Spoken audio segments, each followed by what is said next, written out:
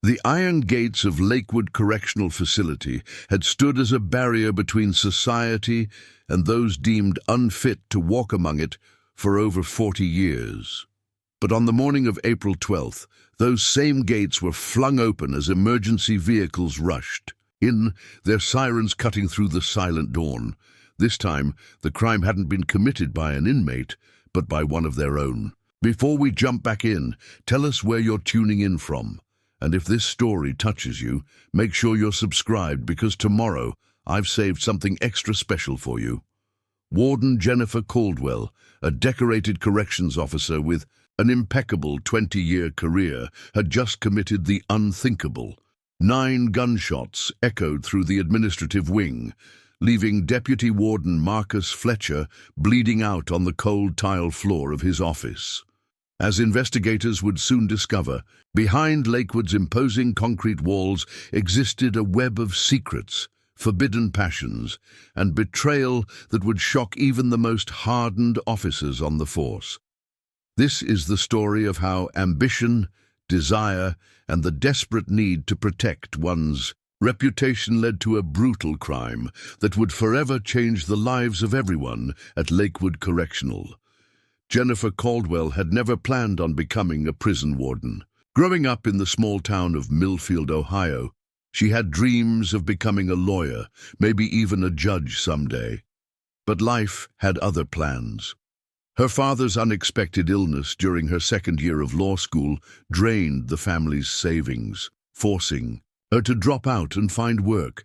The state correctional facility was hiring, offering stability and benefits her family desperately needed. What began as a temporary solution evolved into a promising career. Jennifer was smart, disciplined, and naturally commanding, qualities that quickly distinguished her from her peers. By 35, she had climbed through the ranks, eventually securing the coveted position of warden at Lakewood Correctional, becoming the first woman to hold this title in the facility's history.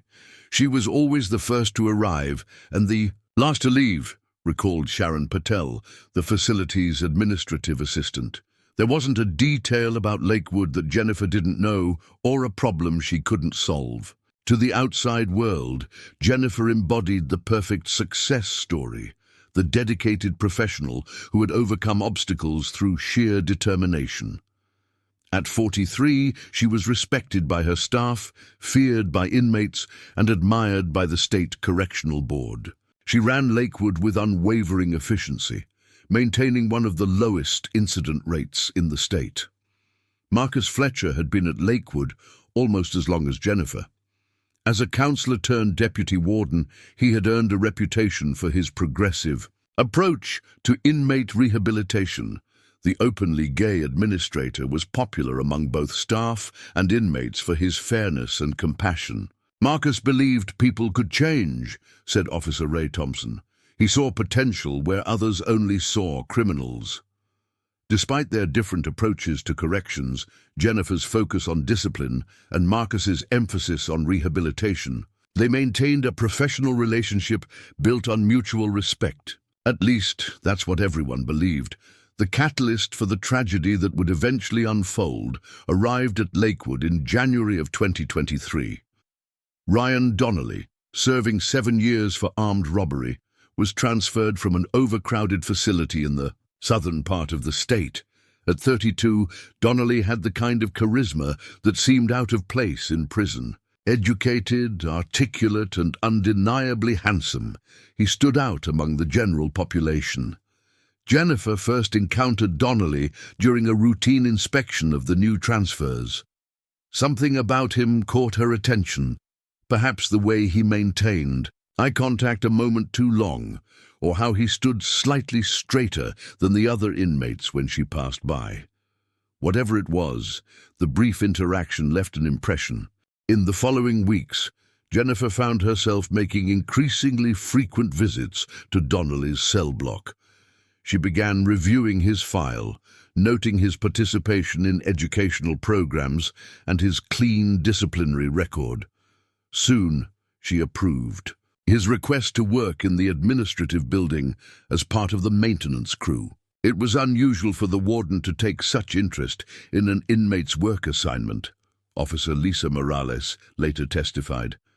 But we all assumed she saw potential in him for the rehabilitation program. The reality was far more complicated.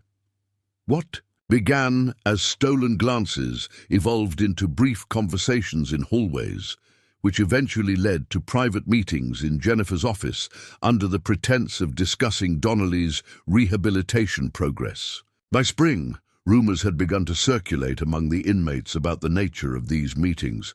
Donnelly's cellmate, Troy Simmons, would later report overhearing Donnelly boasting about his special relationship with the warden. But these whispers remained contained within the prison walls, until Marcus Fletcher began to notice the pattern. Marcus had always been observant. Years of counseling had honed his ability to read people, to notice subtle changes in behavior. He saw how Jennifer's demeanor shifted when Donnelly entered a room, how she found excuses to be where he was working, how she seemed distracted during administrative meetings. Initially, Marcus dismissed his suspicions. Jennifer had always been professional to a fault, dedicated to upholding the rigid standards of the institution. A relationship with an inmate wasn't just against regulations, it was against everything she stood for. But as the weeks passed, the evidence became harder to ignore. Security footage showed Jennifer entering storage areas shortly after Donnelly. Officer schedules were mysteriously altered to place certain guards, those known for their discretion or inattention, on duty during particular shifts. Supply closets were left unlocked at specific times. Marcus started requesting access to security logs and camera footage from unusual areas, recalled Security Chief Brian Walker. He told me he was conducting a review of our blind spots for the quarterly safety assessment. I had no reason to question him. What Marcus discovered in those logs was damning. On multiple occasions, Jennifer and Donnelly had been in the same isolated areas of the facility, with no legitimate professional reason. Timestamps showed these encounters lasting anywhere from 15 to 45 minutes. Marcus was faced with an impossible choice. As deputy warden, he had a duty to report violations of prison policy, particularly those that compromised the safety and integrity of the facility. But exposing Jennifer would not only end her career, but likely result in criminal charges. On May 7th, Marcus requested a private meeting with Jennifer. According to Jennifer's later confession, Marcus confronted her with what he knew, presenting her with screenshots from security footage and timestamps that documented her encounters with Donnelly. He wasn't threatening, Jennifer told investigators. He actually seemed concerned. He talked about getting me help, about finding a way to end things with Donnelly quietly before anyone else found out. Marcus offered her a chance to come clean to the board herself, to frame it as a momentary lapse in judgment that she had recognized and terminated. He believed with her spotless record, the board might be lenient, perhaps a demotion or transfer rather than termination and prosecution. Jennifer asked for time to consider her options. Marcus agreed to give her 48 hours before he would be compelled to report what he knew. Those 48 hours would prove fatal. As Jennifer later described, those 2 days were consumed by panic and desperation. Her entire identity was built around her position at Lakewood. The thought of losing everything, her career, her reputation, possibly even her freedom, was unbearable. She convinced herself that Marcus wouldn't be satisfied with her resignation. In her increasingly paranoid state, she believed he wanted her position, that he would use her mistake to eliminate her as competition. During those 2 days, Jennifer also met with Donnelly, informing him that their relationship had been discovered. According to other inmates, Donnelly was seen looking agitated following this conversation, pacing in the yard and refusing to speak to anyone. On the morning of May 9th, Jennifer arrived at Lakewood earlier than usual. She signed out her service. Weapon from the armory, a standard procedure for the warden, though she rarely carried it within the facility. Security footage showed her walking purposefully toward the administrative wing at 6:17 a.m. At 6:22 a.m., she entered Marcus's office. What exactly transpired in those moments remains known only to Jennifer. What is clear is that at 6:25 a.m., the first of 9 shots was fired. Officers responding to the sound found Jennifer standing over Marcus's body, the gun still in her hand. "She was completely calm," said Officer Kevin Rodriguez, the first responder on the scene. "She placed the weapon on the desk and said, 'He was going to destroy everything I've built,' just like that, as if she was commenting on the weather." The gunshots that rang through Lakewood's administrative wing that morning set off a chain reaction that spread far beyond the prison walls. Within minutes of Officer Rodriguez discovering the scene, the facility went into immediate lockdown. Sirens blared across the compound as guards rushed to secure inmates in their cells. For many of them, the sounds of emergency were nothing new, but the cause was unprecedented. State Police Detective Vanessa Wright arrived at Lakewood by 7:45 a.m. With 15 years of homicide investigation experience, she thought she'd seen it all. But the sight of a prison warden sitting calmly in handcuffs, covered in her colleague's blood, was a first even for her. The scene was surreal, Detective Wright later noted in her official report.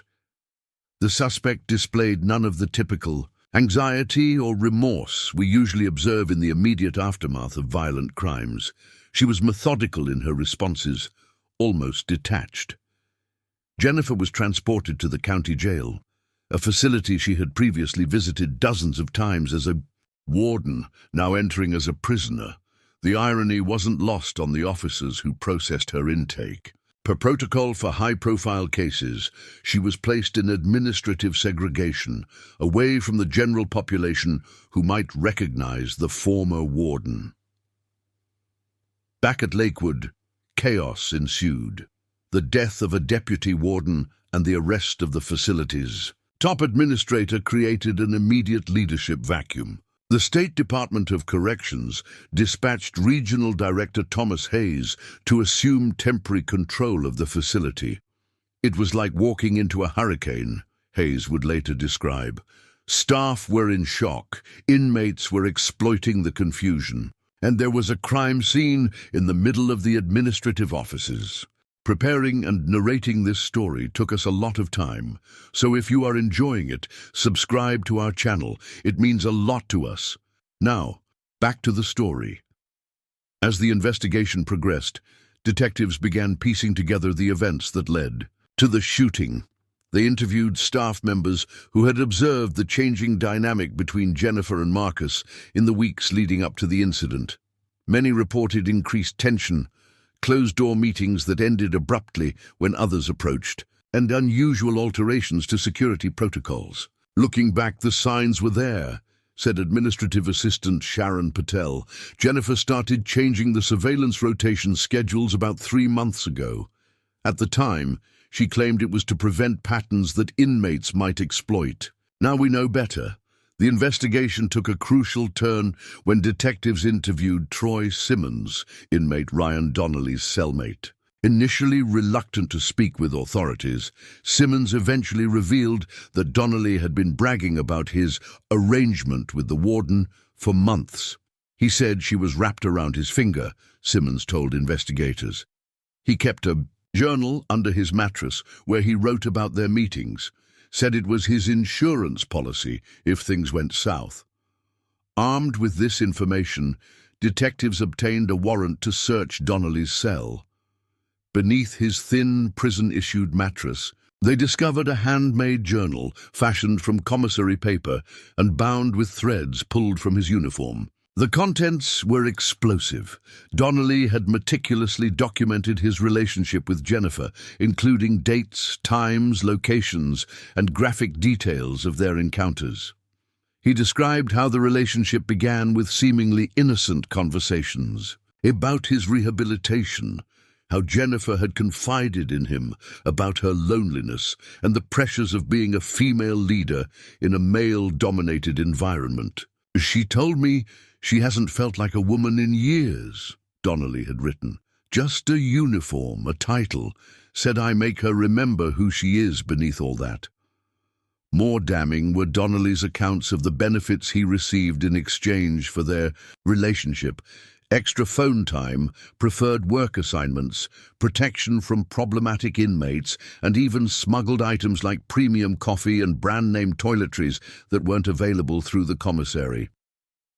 When confronted with the journal, during interrogation, Jennifer initially denied everything. But as Detective Wright read passages aloud, details that only someone intimately involved would know, her composure began to crack. "You don't understand what it's like," she finally said, according to the interrogation transcript. 20 years I've given to the system, 20 years of sacrifice, no family, no real friends outside these walls. Then Ryan came along and saw me, not the uniform, not the title, just me. The investigation also revealed that Jennifer's concerns about Marcus's intentions weren't entirely paranoid.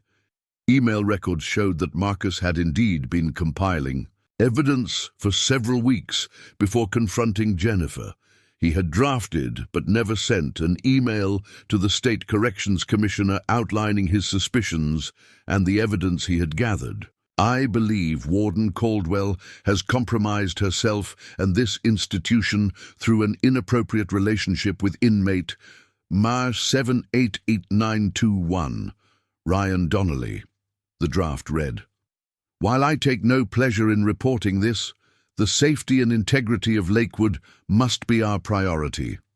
What Jennifer didn't know was that Marcus had also been in contact with Dr. Evelyn Murray, the prison psychologist, discussing ways to approach Jennifer about the situation with minimal professional damage. Their correspondence revealed Marcus's genuine concern for Jennifer's well-being alongside his institutional obligations. "I've worked with Jennifer for over a decade," he wrote to Dr. Murray. "This behavior is so out of character that I'm concerned about her mental state. Before I make this official, I want to ensure she gets the support she needs." As news of the shooting and its salacious backstory broke, Lakewood Correctional became the center of a media firestorm. Reporters camped outside the facility. Former employees sold their stories to tabloids, and online forums buzzed with speculation and judgment. For the inmates, the scandal provided both entertainment and leverage. The power dynamic within the prison shifted dramatically as the administration scrambled to maintain order while dealing with the public relations nightmare. Ryan Donnelly suddenly found himself in a precarious position. His status had been elevated due to his relationship with the warden, offering him protection from the typical prison hierarchy. Now, with Jennifer gone and his role in her downfall exposed, he became a target. Donnelly went from strutting around like he owned the place to watching his back every minute, said Officer Morales. "We had to move him to protective custody within days of the news breaking. In protective custody, isolated from the general population, Donnelly began to reveal more details about his relationship with Jennifer. Whether motivated by self-preservation or a desire for attention, he painted himself as a victim of manipulation. "She targeted me from day one," he claimed in an interview with investigators seeking additional evidence. "Said she could make my time easier or make it hell. My choice. What was I supposed to do? She controlled everything in my life." This narrative contradicted his journal entries, which portrayed him as a willing and often enthusiastic participant who recognized and exploited the power he had gained over Jennifer. Psychological evaluations later conducted on Donnelly would reveal a pattern of manipulative behavior and an ability to adapt his story to whatever best served his interests at the moment. Meanwhile, the investigation into Marcus Fletcher's background revealed a man dedicated to correctional reform. His computer contained draft proposals for rehabilitation programs, research on reducing recidivism, and correspondence with criminal justice reform advocates. His personnel file included numerous commendations for de-escalating potentially violent situations and for mentoring troubled inmates who went on to successful paroles. Marcus believed in redemption, said his partner of 8 years, Dr. James Wilson, a professor of criminal justice at the local university. He saw his work as a calling, not just a job. The irony that he was killed for trying to uphold the integrity of the system he believed in so deeply, it's almost too painful to comprehend.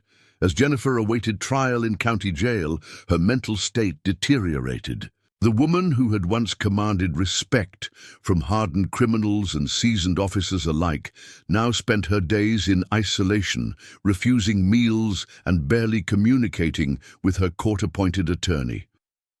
Ms. Caldwell appears to be experiencing a significant depressive episode, noted the jail's psychiatric evaluation. She exhibits signs of dissociation when discussing the events leading to her arrest, as if separating herself from the person who committed these acts.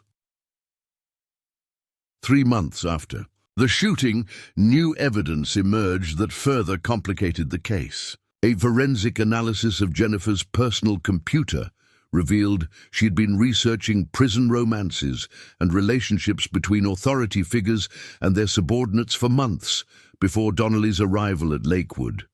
Search histories showed queries like relationships between corrections officers and inmates, professional boundaries in prison settings, and leaving corrections career.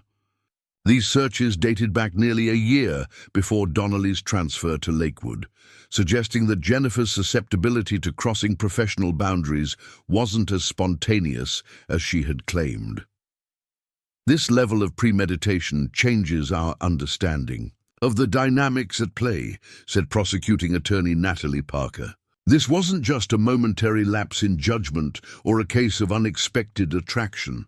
Evidence suggests Warden Caldwell had been contemplating such a relationship well before the opportunity presented itself.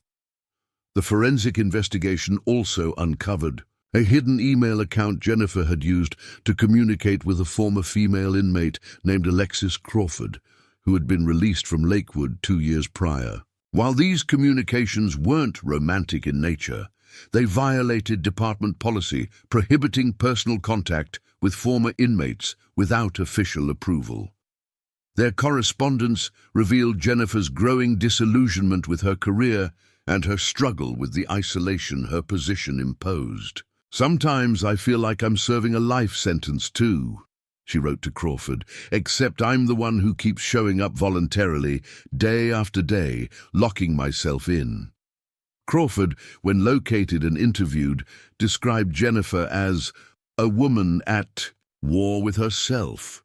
She built this perfect professional image, Crawford explained to investigators, but underneath she was suffocating. She talked about leaving corrections, starting over somewhere where nobody knew her as the warden. But she never could take that step. It was like she couldn't imagine who she'd be without those walls around her. This psychological profile added layers to the prosecution's case, suggesting that Jennifer's relationship with Donnelly wasn't just about physical attraction, but represented a subconscious attempt to sabotage the career that had both defined and confined her for 2 decades.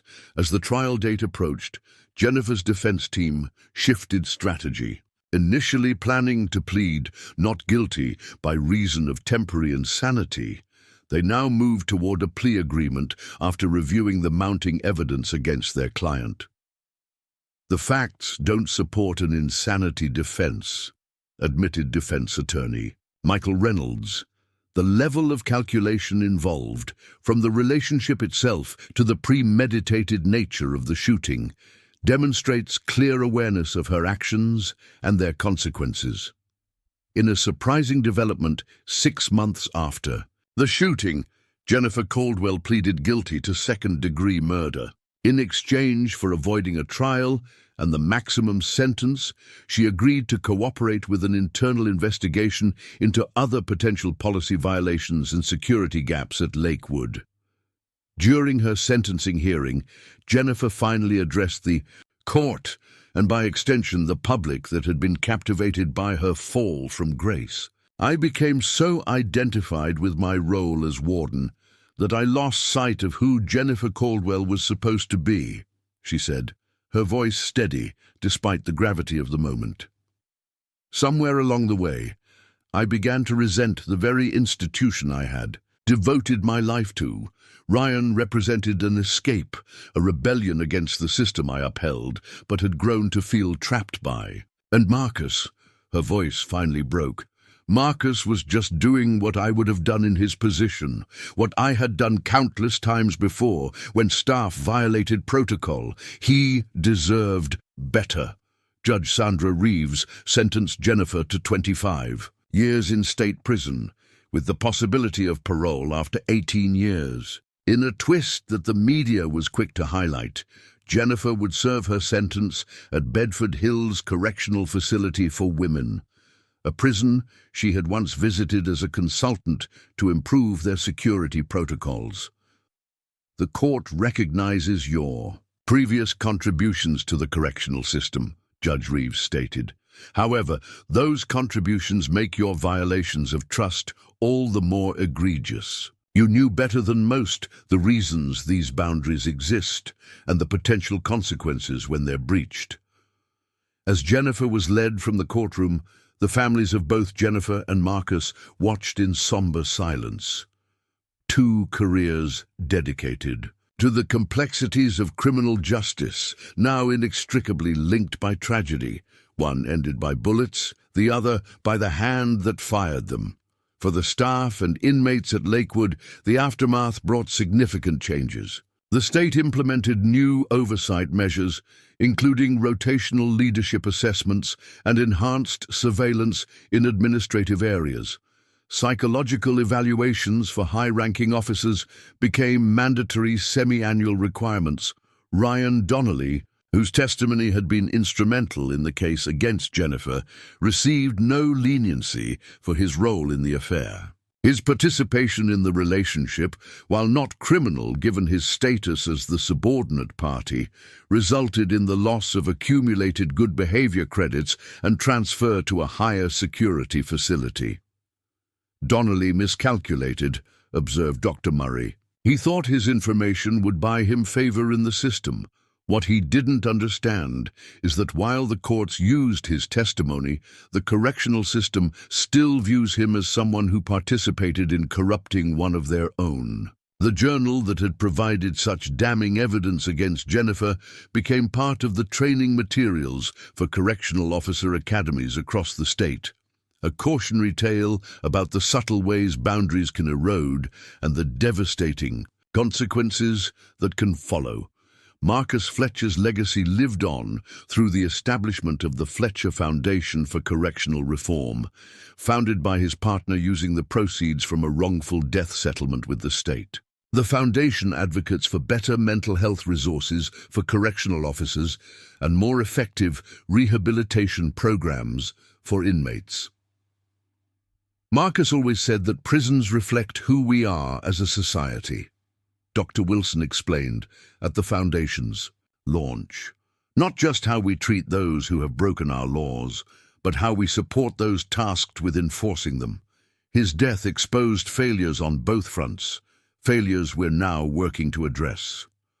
3 years after Jennifer Caldwell began serving her sentence at Bedford Hills, the ripple effects of her actions continued to reshape the landscape of correctional facilities across the country. What had begun as a localized scandal evolved into a national conversation about power dynamics, institutional oversight, and the psychological toll of careers in corrections. Bedford Hills, unlike Lakewood, had implemented a policy of rotating wardens every 5 years, precisely to prevent the kind of entrenched authority Jennifer had established. Here, she was just another inmate, albeit one whose face had graced newspaper headlines and television specials. Adapting to life as an inmate has been particularly challenging for Ms. Caldwell, noted Dr. Pamela Richardson, the prison psychologist assigned to her case. Her entire identity was built around being on the other side of these power dynamics. The psychological reversal has triggered significant depression and identity crisis. Jennifer's first year at Bedford Hills passed in almost complete isolation. By her own choice, she avoided the communal areas, participating in the minimum required activities and speaking only when necessary. Her former professional status made her a curiosity among both inmates and guards, some of whom had attended training seminars she had conducted years earlier. "There's no handbook for how to guard a former warden," said Officer Tanya Miller. "We're trained to maintain professional distance from inmates, but how do you do that with someone who once trained people in your position? The power dynamics are complicated." Jennifer's case study became required reading in criminal justice programs nationwide. Academic papers analyzed everything from the psychological factors that led to her boundary violations to the institutional failures that allowed her relationship with Donnelly to develop unchecked. Legal scholars debated whether her sentence was appropriate or if her position of authority should have resulted in even harsher penalties. Meanwhile, Ryan Donnelly's transfer to Rockridge Maximum Security Facility marked the beginning of a new chapter in his manipulation tactics. Initially isolated for his protection, he gradually crafted a narrative that portrayed him as a whistleblower who had exposed corruption at great personal risk. "Donnelly is remarkably adaptable," observed Rockridge psychologist Dr. Aaron Michaels. "He's reframed his role in the scandal to gain status among certain inmate groups. Instead of the man who had an affair with authority, he's repositioned himself as someone who brought down a corrupt system. It's textbook manipulation, but effective in the prison hierarchy." This reimagining of his role earned Donnelly a small group of admirers among both inmates and prison reform activists on the outside who didn't look too closely at the contradictions in his story. Several true crime podcasts featured interviews with him, allowing him to further refine his narrative for public consumption. "I knew what she was doing wasn't just about me," he claimed in one recorded prison phone call with the host of Concrete Confessions, a popular podcast. "There were other inmates before me, other rules she broke. I documented everything because I knew no one would believe an inmate over a warden otherwise." While forensic analysis of Donnelly's journal confirmed it had been written contemporaneously with the events described, there was no evidence supporting his claims about other inmates. Yet the suggestion planted seeds of doubt that prompted further investigations into Jennifer's tenure at Lakewood. At the recommendation of the Fletcher Foundation, the state commissioned an independent review of Lakewood's operations during Jennifer's final 5 years as warden. A team of correctional experts, psychologists, and ethics specialists conducted extensive interviews and reviewed thousands of pages of documentation. Their findings, published in a 300-page report titled Institutional Blind Spots, the Caldwell Case Study, identified numerous systemic issues that extended far beyond Jennifer's individual actions. What the Caldwell case reveals is not just one woman's moral failure, the report concluded, but an institutional culture that enabled excessive autonomy, insufficient oversight, and a dangerous concentration of power. The very mechanisms designed to maintain order within correctional facilities can, without proper checks and balances, facilitate abuse. The report highlighted how Jennifer had gradually accumulated authority to modify surveillance protocols, schedule specific officers for certain shifts, and access restricted areas without documentation, all under the guise of administrative efficiency. These small permissions, granted over years of demonstrated competence, eventually created the perfect conditions for misconduct. Significantly, the investigation uncovered evidence of 2 previous inappropriate relationships between staff and inmates at Lakewood that had been quietly resolved through transfers and resignations during Jennifer's tenure. While no direct connection linked Jennifer to the handling of these cases, the pattern suggested a culture of secrecy she had either permitted or failed to address.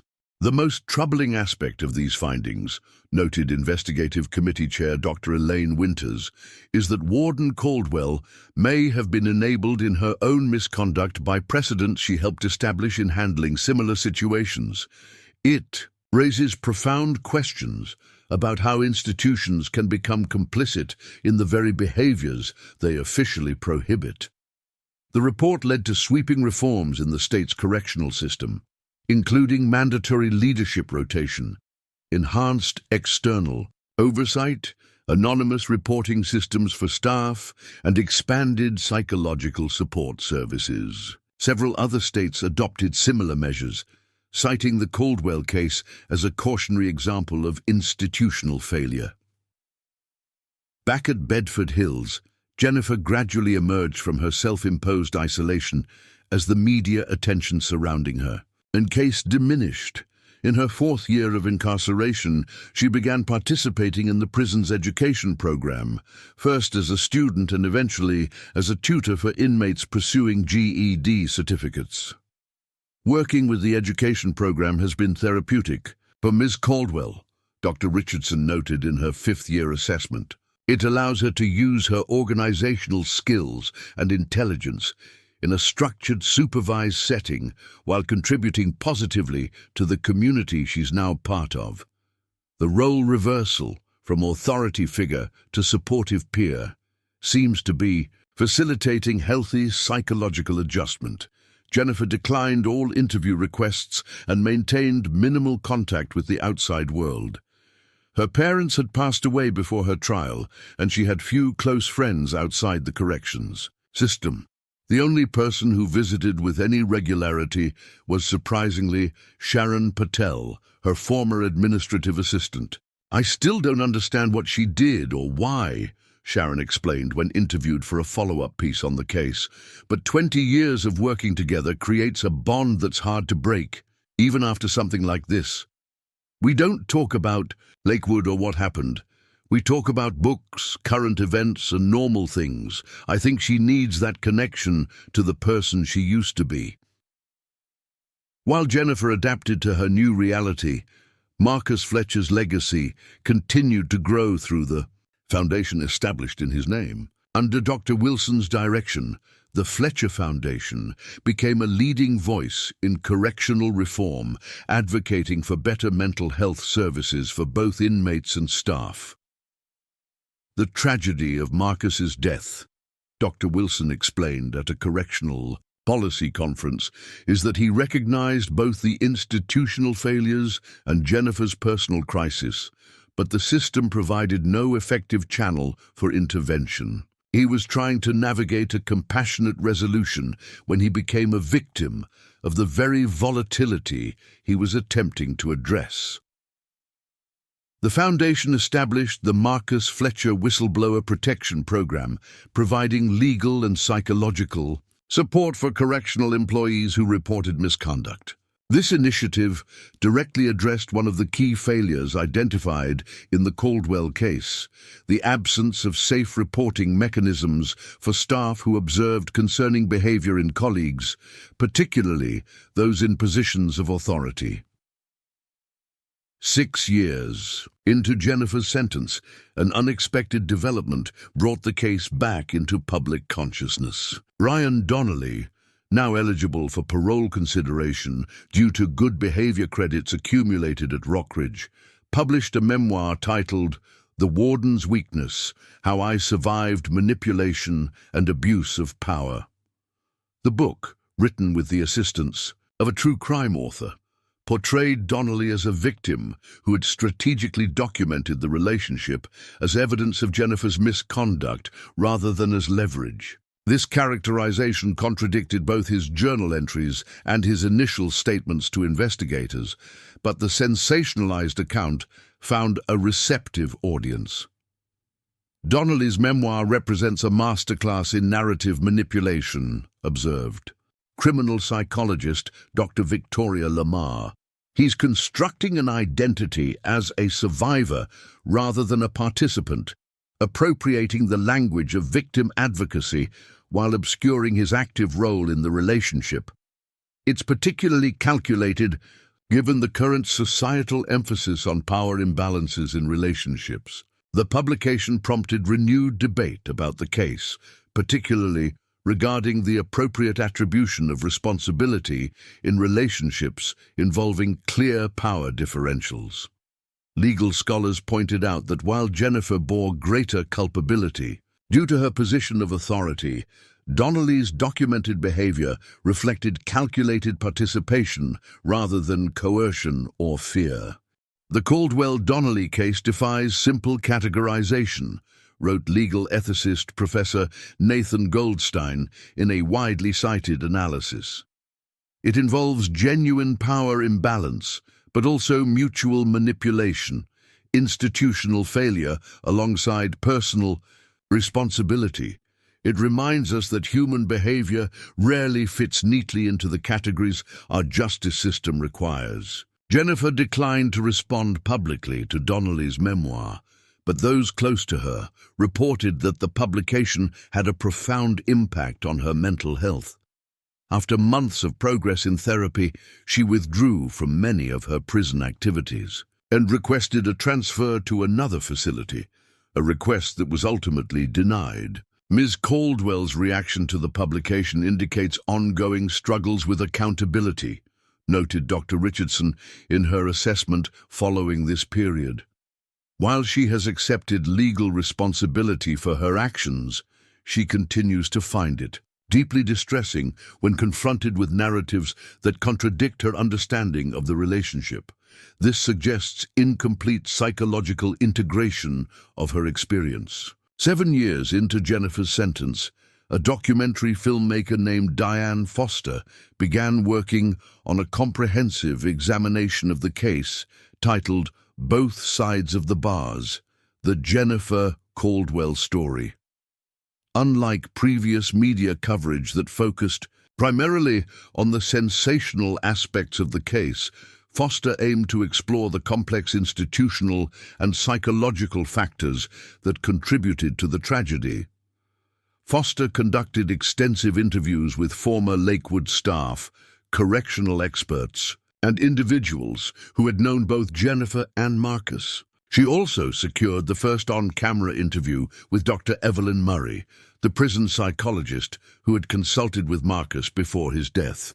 Marcus came to me because he was genuinely concerned about Jennifer, Dr. Murray revealed in the documentary. He noticed behavioral changes that suggested psychological distress beyond just the inappropriate relationship: sleep deprivation, increased irritability, paranoia. He suspected she might be experiencing a breakdown of some kind and wanted to approach the situation as a mental health concern rather than simply a disciplinary issue. This revelation added a new dimension to understanding Marcus's actions in the days before his death. Email records retrieved during the investigation confirmed that he had reached out to several mental health resources, seeking guidance on how to intervene when a colleague shows signs of psychological crisis. What makes this case so heartbreaking, Dr. Murray continued, is that Marcus recognized the human being behind the professional facade. He saw Jennifer as someone in trouble, not just an administrator breaking rules. In another context, his approach might have led to her getting the help she needed. Instead, it triggered the very crisis he was trying to prevent. Foster's documentary also featured interviews with several former inmates who had served time under Jennifer's administration, offering perspectives rarely included in previous accounts of the case. Their testimonies painted a complex picture of a warden who could be simultaneously rigid about rules and unexpectedly compassionate in individual cases. "There was this one time my mother was dying," recalled former inmate Deanna Russell. Warden. Caldwell arranged for me to have a video call with her, bent all kinds of rules to make it happen. She sat with me through the whole thing, even though she didn't have to. That's what makes what happened later so hard to understand. It was like there were two different people wearing the same uniform. After 8 months of production, Foster approached Jennifer through her attorney, requesting her participation in the documentary. To the surprise of many involved with the project, Jennifer agreed to a single interview, her first public statement since her sentencing hearing. The interview took place in a small conference room at Bedford Hills, with Jennifer dressed in standard prison attire, her once commanding presence noticeably diminished by years of incarceration. When asked why she had finally decided to speak, her response reflected the personal reckoning she had undergone.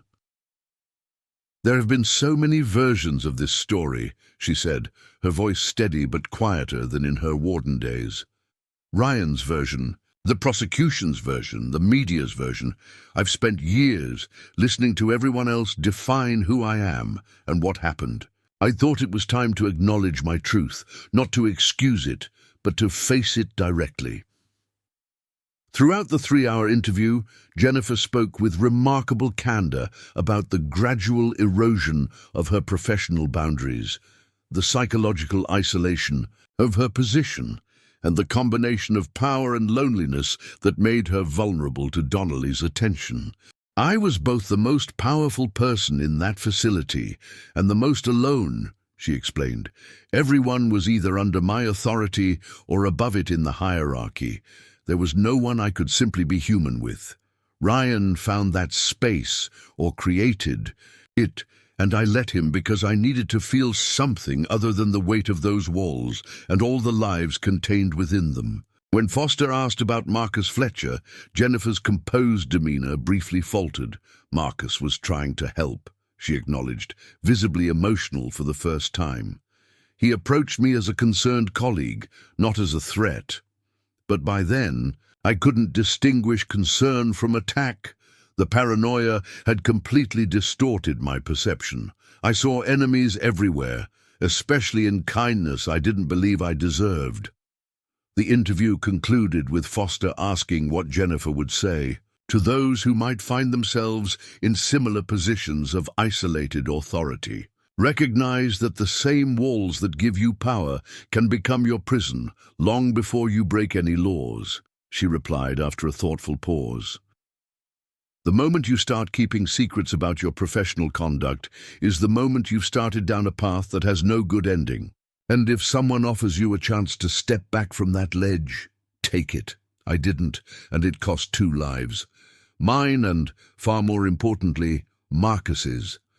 Foster's documentary, released 9 years after the shooting at Lakewood, won critical acclaim for its nuanced exploration of a case that had previously been treated as either lurid scandal or simplified morality tale. It prompted renewed discussions about institutional responsibility, the psychological welfare of correctional staff, and the complex human dynamics that exist within prison walls.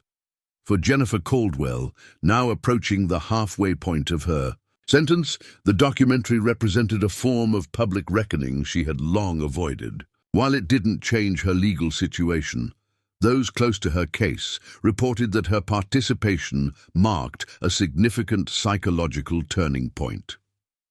"In acknowledging her actions to the public," observed Dr. Richardson, "Ms. Caldwell has taken an important step in her rehabilitation process. By articulating her experience without minimizing her responsibility, she's demonstrating the kind of insight that suggests genuine psychological growth rather than mere adaptation to incarceration." The release of Diane Foster's documentary coincided with Jennifer Caldwell's first parole hearing. After serving 10 years of her 25-year sentence, she became eligible for consideration under the state's revised sentencing guidelines for non-violent offenders. Though her crime had been violent in nature, her exemplary conduct during incarceration and participation in numerous rehabilitation programs made her eligible for review. The parole hearing, closed to the media but documented in official transcripts, revealed how deeply the case continued to resonate within the correctional system. The 5-member parole board included veteran corrections administrators, a criminal psychologist, and a victim advocate, all of whom had studied the Caldwell case as part of their professional development. This board finds itself in an unusual position, noted Chairperson Gregory Harmon at the opening of the hearing. We're evaluating the parole application of someone who once sat where we sit, making similar judgments about others. This creates both unique insight and unique challenges in assessing genuine rehabilitation. Jennifer appeared before the board in a pressed beige uniform, her once dark hair now streaked with grey. The confidence that had defined her as Warden was replaced by a more measured presence, still composed, but lacking the authoritative edge that had once characterized her interactions with the system. I recognize the gravity of my actions and the irreversible harm I've caused, she stated in her opening remarks. I took a life I had no right to take, betrayed the institution I was sworn to protect, and undermined the very principles of justice I spent most of my career upholding. No amount of time served can fully atone for that. The board questioned Jennifer extensively about her relationship with Donnelly, her mental state at the time of the shooting, and her understanding of the systemic factors that had enabled her misconduct. What emerged was a level of reflective insight that impressed even the most skeptical members. You've had 10 years to construct a narrative that sounds appropriately remorseful, observed Dr. Teresa Lang, the psychologist on the panel. How can this board distinguish between genuine rehabilitation and the kind of institutional performance that you, better than most, would know how to deliver? Jennifer's response reflected the psychological work documented in her prison records. When I first arrived at Bedford Hills, I was still constructing narratives, for myself more than anyone else. Stories that minimized my agency, that emphasized the systemic failures over my personal choices. It took years of therapy to recognize those for what they were, attempts to escape the full weight of responsibility. She continued, The difference now isn't in what I say, but in my willingness to sit with the discomfort of what I did without seeking relief through explanation or justification. I don't expect the board to distinguish performance from authenticity. Based on this single interaction, my actions over the past decade speak more truthfully than anything I could say today. Despite Jennifer's evident progress, the board denied parole, citing the severity of the original offense and the special breach of trust involved. They recommended reconsideration in 2 years rather than the standard 5, acknowledging her rehabilitation efforts while respecting the gravity of her crime. The denial wasn't unexpected, reported Sharon Patel after visiting Jennifer following the decision. She told me she's measuring her sentence not in terms of release dates, but in terms of the internal work she still needs to do. It's a profound shift from the woman who once measured everything in terms of professional advancement and institutional control. While Jennifer processed this development, Ryan Donnelly's public profile continued to evolve in complex ways. His memoir had sold modestly, but generated enough publicity to position him as a self-styled prison reform advocate. Upon his release, after serving 8 years of his original sentence, he immediately launched a speaking tour at colleges and criminal justice conferences. Donnelly's public narrative framed him as a whistleblower who had exposed corruption at great personal risk. He established a small non-profit organization called Transparent Corrections Initiative, ostensibly dedicated to increasing accountability in prison administration. What happened at Lakewood wasn't an isolated incident, he claimed during an appearance at Northwestern University's law school.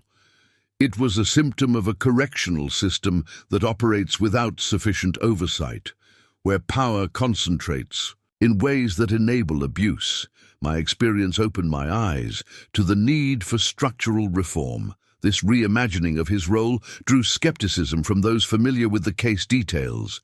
Forensic psychologist Dr. Regina Matthews, who had reviewed Donnelly's journal during the original investigation, publicly challenged his revised narrative. Mr. Donnelly's current portrayal of himself as a whistleblower is inconsistent with contemporaneous evidence, she wrote in an op-ed for a major newspaper.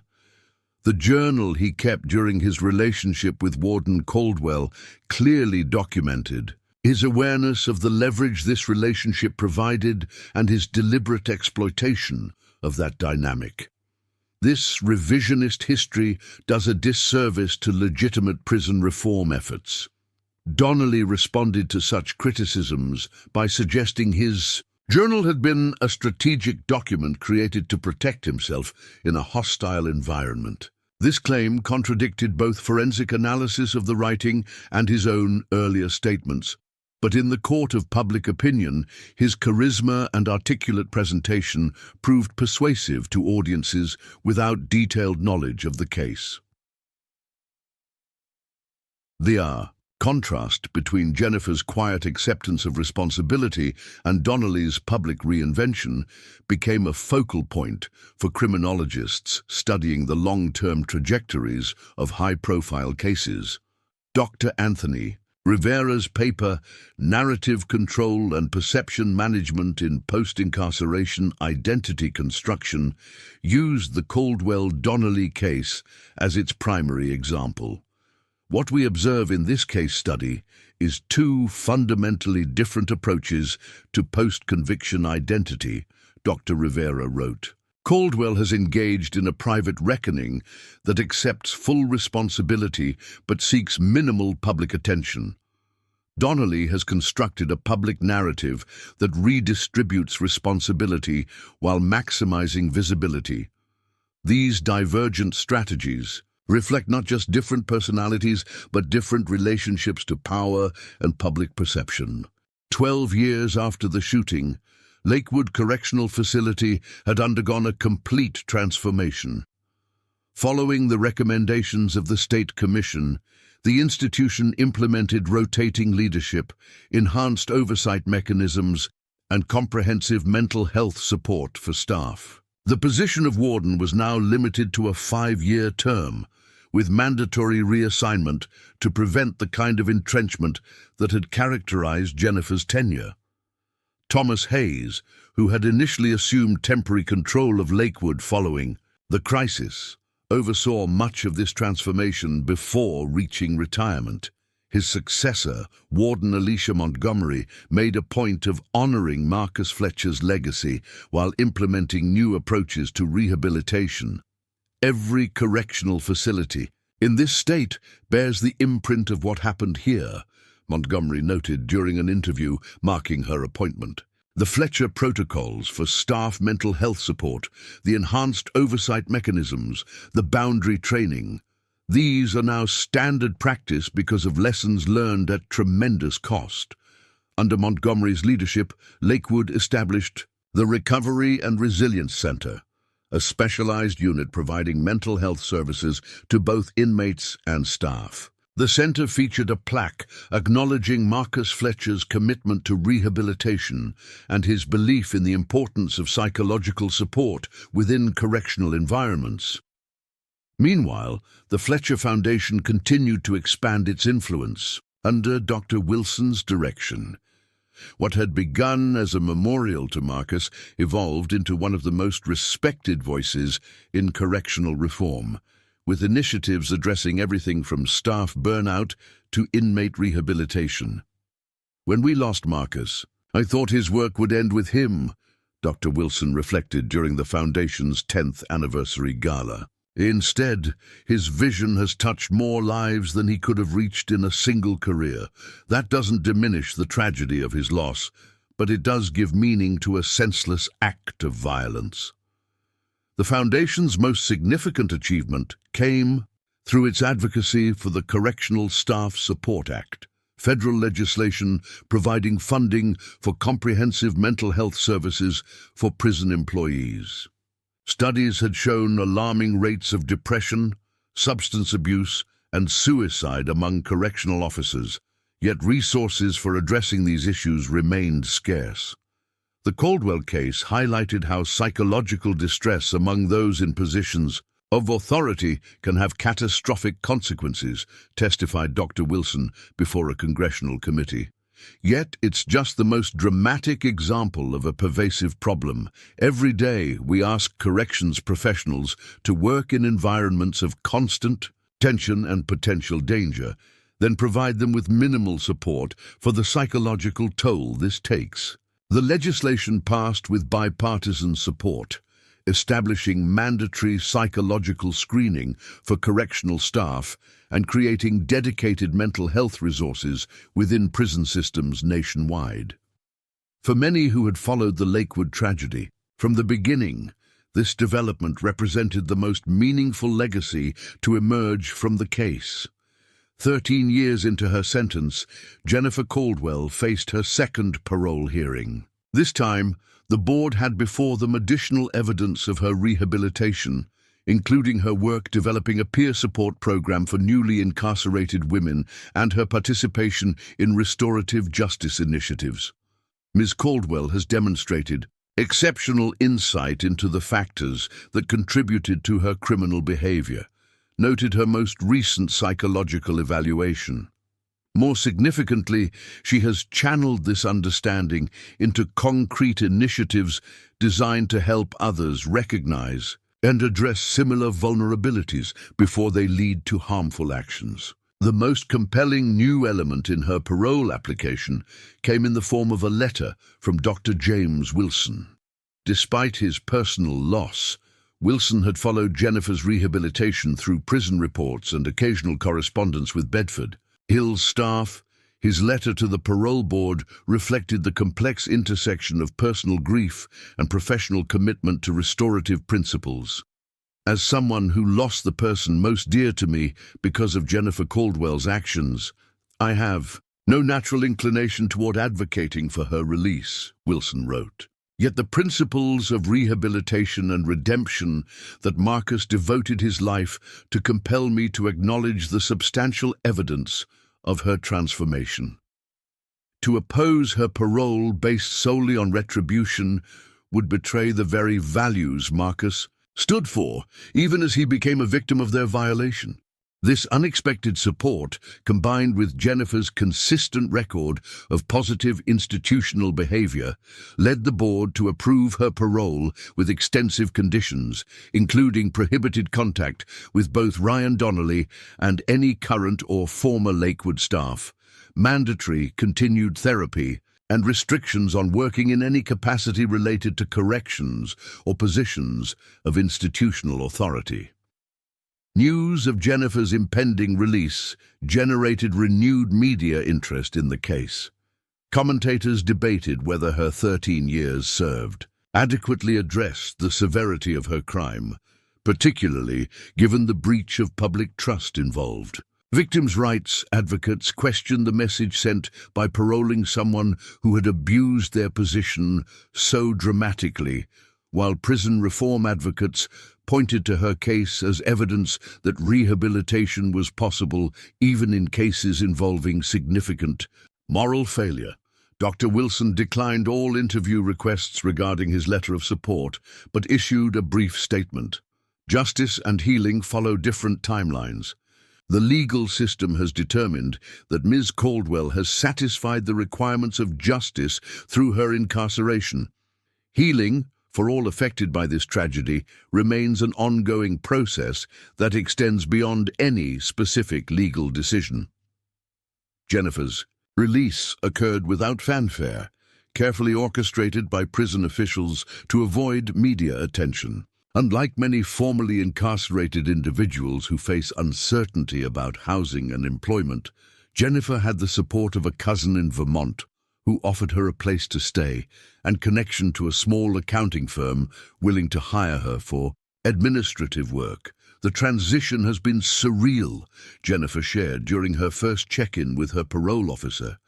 After 13 years of having every minute structured and every movement monitored, Even simple decisions like what to eat or when to sleep feel overwhelming.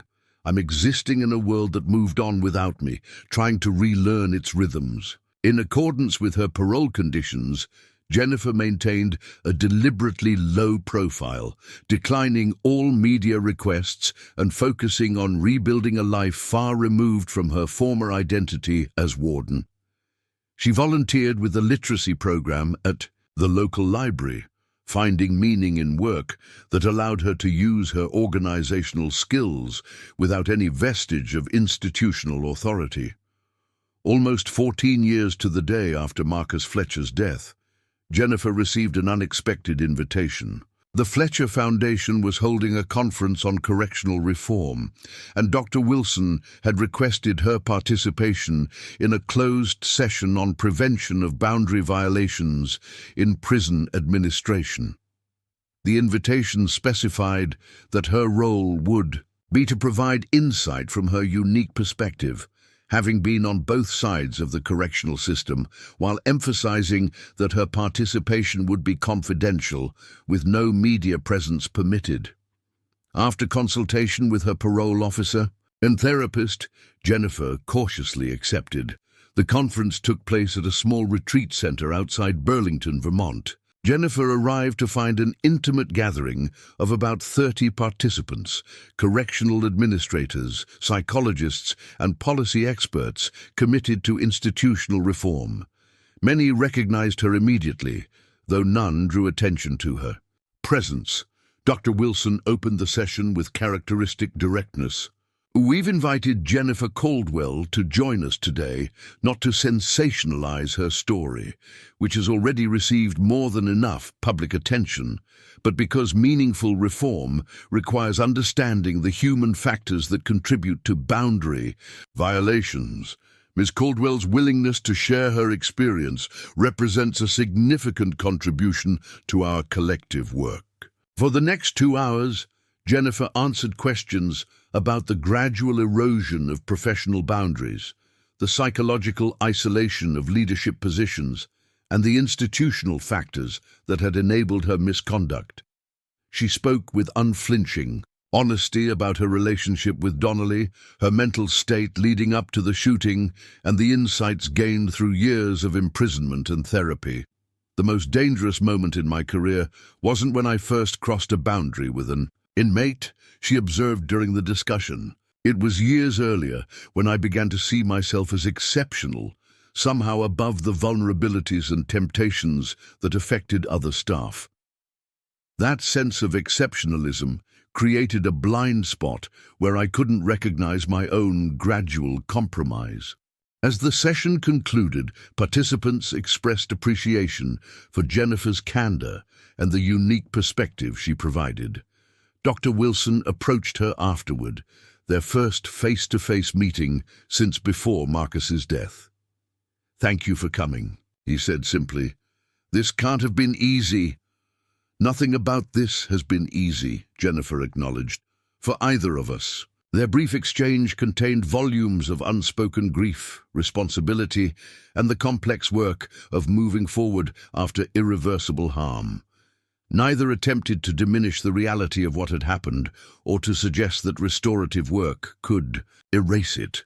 Yet in their willing presence in that difficult space lay a testament to the possibility of meaning emerging from tragedy. Jennifer's participation in the conference led to the development of a training module for correctional leadership, teaching supervisors to recognize warning signs of boundary erosion and psychological distress among staff. Though she declined to be identified in the materials, her insights informed every aspect of the curriculum that would eventually be implemented in correctional training programs across the country. 15 years after the shooting at Lakewood, the case that had once dominated headlines had largely faded from public consciousness. Jennifer Caldwell lived quietly in Vermont, working at the accounting firm and occasionally consulting anonymously with corrections reform initiatives. Ryan Donnelly's public profile had diminished as media interest in his story waned, though he continued to make sporadic appearances as a self-styled reform advocate. The institutional changes sparked by the case, however, continued to evolve and expand. The Fletcher Foundation's work influenced correctional policy nationwide, with particular emphasis on leadership accountability, staff mental health, and the creation of reporting mechanisms for boundary concerns. Lakewood Correctional itself became a model facility under Warden Montgomery's leadership, with significantly reduced rates of violence, improved rehabilitation outcomes, and enhanced staff retention. The Recovery and Resilience Center expanded to provide services not just to current staff, but to retired corrections officers struggling with the long-term effects of career-related stress and trauma. For those directly touched by the tragedy, the passage of time brought neither forgetting nor complete healing, but rather a gradual integration of loss into lives that continued despite it. Dr. Wilson's academic work increasingly focused on resilience and meaning-making in the aftermath of traumatic loss. Jennifer's quiet commitment to contributing positively wherever possible reflected her ongoing effort to honor Marcus's memory through living the rehabilitative principles he had championed.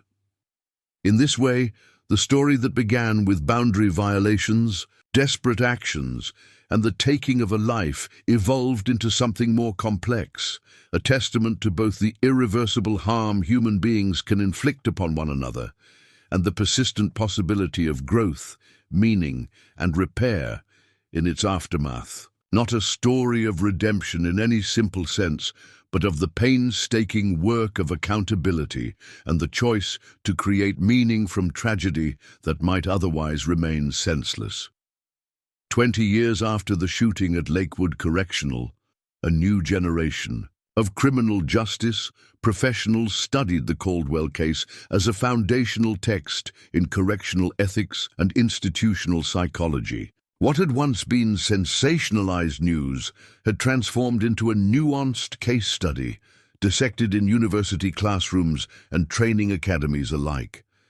At age 63, Jennifer Caldwell had been living quietly in Vermont for 7 years since her release. Her parole had ended 2 years earlier, freeing her from regular check-ins and monitoring, though she maintained the low profile that had characterized her post-incarceration life.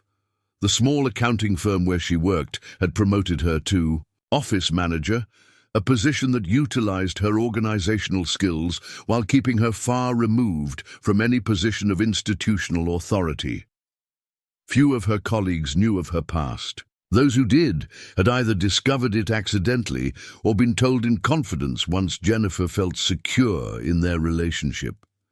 The revelation typically followed a predictable pattern: initial shock, uncomfortable questions, and eventually a cautious acceptance of the complicated woman they had come to know, rather than the criminal from newspaper headlines.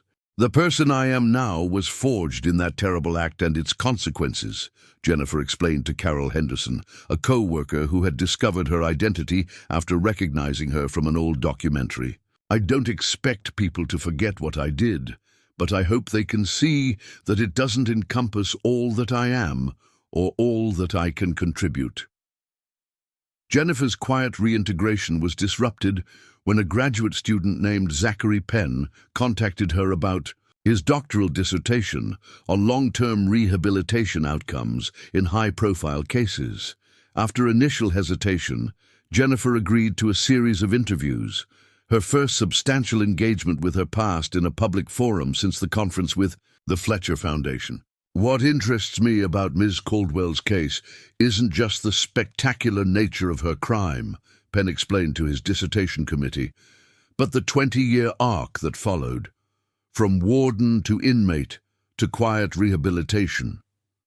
Most research focuses on either the sensational crime or the prison experience, but rarely follows subjects through the complete cycle, including post-release adjustment." Their interviews, conducted over several months in the community room of Jennifer's local library, revealed how thoroughly she had processed the psychological factors that had led to her boundary violations and eventual violence.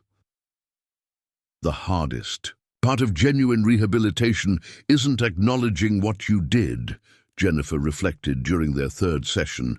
It's dismantling the story you've been telling yourself about who you are.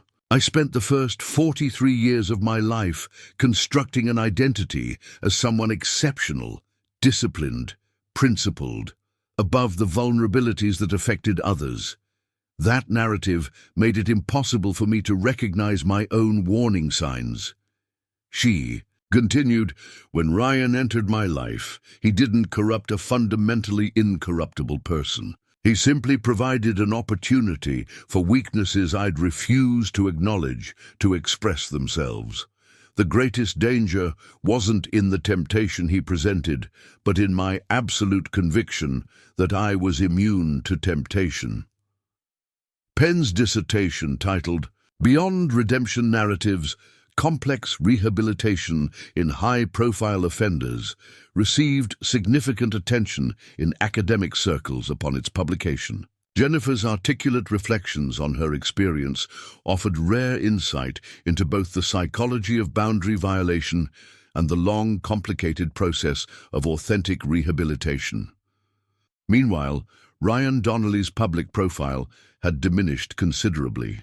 His non-profit organization had dissolved after questions arose about financial management, and his speaking engagements had dwindled as newer, more dramatic cases captured public attention. Now in his early 50s, Donnelly worked as a sales representative for a construction supply company in Arizona, his past notoriety neither completely forgotten nor actively leveraged. A journalist who tracked him down for a "Where are they now?" piece found a man who had largely abandoned his self-presentation as a prison reform advocate. "That chapter of my life is closed," Donnelly told reporter Maya Santiago. "I've said everything I have to say about Lakewood and what happened there. Some stories don't need to be retold." This uncharacteristic reticence sparked Santiago's curiosity. Further investigation revealed that Donnelly had been named in a civil lawsuit filed by 2 female employees at his former non-profit, alleging manipulation and inappropriate workplace relationships, patterns disturbingly similar to those documented in his prison journal. The suit had been settled out of court with non-disclosure agreements, but the parallels were striking enough to suggest that Donnelly's manipulative tendencies had persisted long after his release. What's most revealing about Donnelly's post-release trajectory, Santiago wrote in her subsequent article, is how consistent it is with the psychological profile developed during the original investigation. The same patterns of charm, manipulation, and exploitation of power differentials have simply found new expression in different environments. This perspective was shared by Dr. Pamela Richardson, now retired from Bedford Hills, but still actively engaged in research on correctional psychology. Mr. Donnelly's case illustrates an important distinction between adaptation and rehabilitation, she observed when interviewed for Santiago's article. He adapted successfully to each new circumstance, prison, public scrutiny, advocacy work, but never engaged in the deeper work of examining and addressing his fundamental patterns of behavior.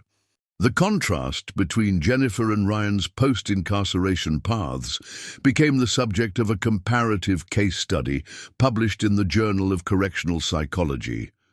The study, authored by Dr. Richardson and her colleagues, explored how different approaches to accountability affected long-term rehabilitation outcomes. Caldwell's path has been characterized by private accountability, limited public narrative, and consistent engagement with the psychological factors underlying her offense, the authors noted.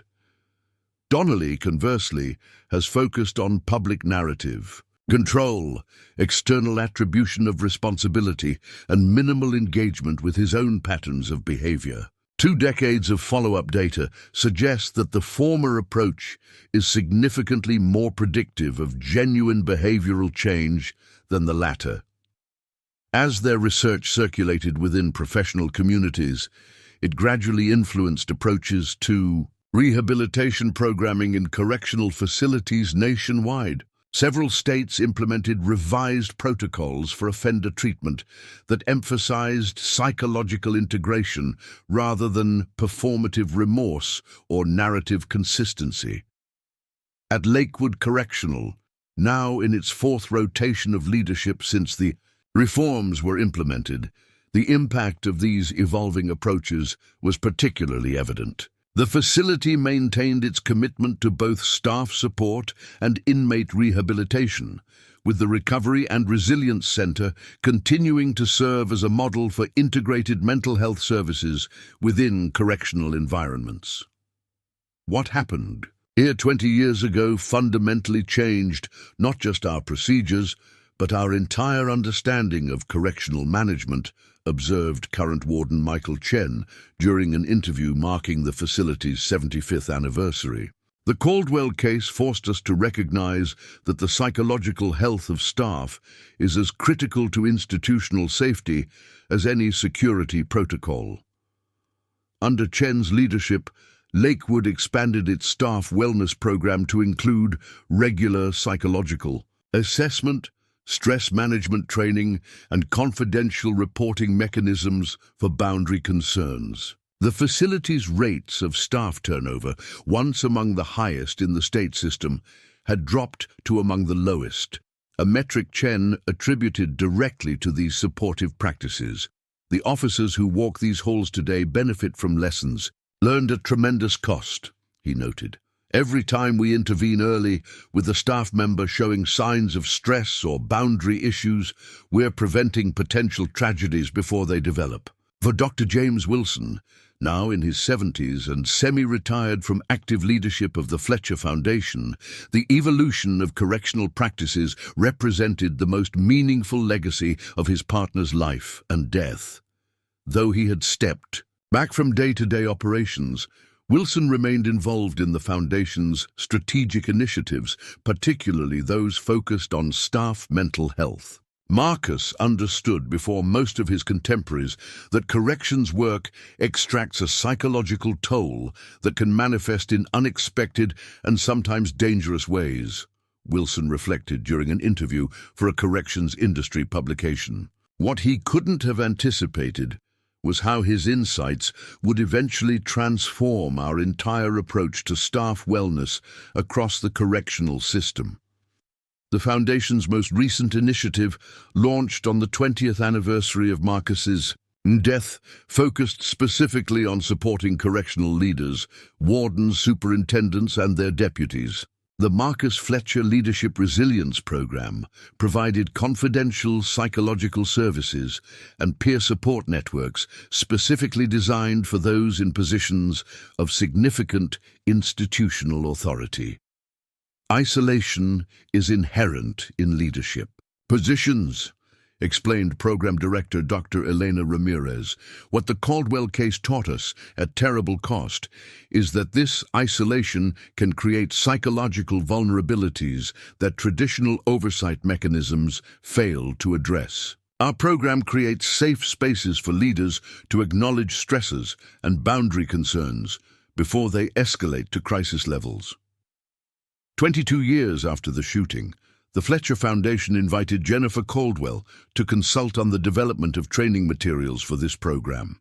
The invitation came through Zachary Penn, now a Foundation Research Fellow, who had maintained occasional professional contact with Jennifer since completing his dissertation. The Foundation is developing scenarios for a boundary awareness training module, Penn explained during their phone conversation. Dr. Wilson believes your insights could be invaluable in creating realistic examples that resonate with current correctional leaders. Your participation would be entirely behind the scenes. No public role, no identification. Jennifer's hesitation was evident. I've spent these past years trying to honor Marcus's memory by living quietly and constructively, she said. Engaging directly with the Foundation feels presumptuous. I took his life. How can I claim any role in his legacy? That's precisely why Dr. Wilson is asking, Penn replied. He believes that genuine rehabilitation includes not just accepting responsibility for harm, but contributing to preventing similar harm in the future. The most meaningful amends come through helping others avoid the same paths. After consultation with her longtime therapist, Jennifer cautiously agreed. For 3 months, she reviewed draft scenarios, suggesting revisions that more accurately reflected the subtle progression of boundary erosion and the psychological justifications that accompanied each step. Her contributions, though uncredited, shaped materials that would eventually be implemented in correctional leadership training nationwide. Near the completion of the project, Jennifer received an unexpected communication, a handwritten letter, from Dr. Wilson. The two had not spoken directly since the conference 7 years earlier, though both had been aware of the other's continued work through mutual connections. "As we finalize these materials," Wilson wrote, "I find myself reflecting on the strange path that has brought us here. 22 years ago, our lives intersected in tragedy. Today, they converge in an effort to prevent similar tragedies for others. This is not what either of us would have chosen, yet here we are, creating something constructive from devastating loss," he continued. "I know this collaboration has not been easy for you. Revisiting your darkest actions and their consequences requires a courage few would willingly summon. I want you to know that your contributions to this work matter, not just for their practical value, but for what they represent about the possibility of meaning emerging from seemingly senseless harm." Jennifer's response, equally thoughtful, acknowledged the complex emotions the project had evoked. "There are days when I question whether I have any right to participate in work bearing Marcus's name," she wrote. "Then I remember what you said years ago, that honoring his memory means upholding the principles he lived by, even when doing so is profoundly uncomfortable." This correspondence marked the beginning of a cautious professional relationship between two people forever linked by tragedy. They never discussed forgiveness or redemption, concepts too simplistic for the complex reality they inhabited. Instead, they focused on the practical work of preventing similar tragedies, finding in this shared purpose a way to acknowledge both the irreversible harm of the past and the possibility of constructive action in the present. 25 years after the shooting at Lakewood, a newly appointed warden at a medium-security facility in Oregon attended a leadership training session utilizing materials Jennifer had helped develop. The scenario exercise presented subtle warning signs of boundary erosion in a fictional correctional supervisor, signs the warden recognized in her own recent behavior. "That training saved my career, possibly my life," she would later tell her mentor. "I recognized myself in that scenario, the isolation, the rationalization, the small exceptions I'd been making to rules I normally enforced. It was like seeing my future path laid out before me and being offered a chance to choose differently." For Jennifer Caldwell, now approaching 70, such outcomes represented the only meaningful redemption possible, not erasure of her crime or forgiveness in any conventional sense, but the translation of her worst actions into preventive insight for others. She continued her quiet life in Vermont, working at the accounting firm until retirement age, and then shifting her energy to volunteer work with a prisoner re-entry program where her unique perspective provided practical guidance for those navigating the challenges of post-incarceration life. Ryan Donnelly, by contrast, gradually faded into obscurity. The construction supply company where he worked downsized during an economic downturn, and subsequent employers had increasingly easy access to his background through simple internet searches.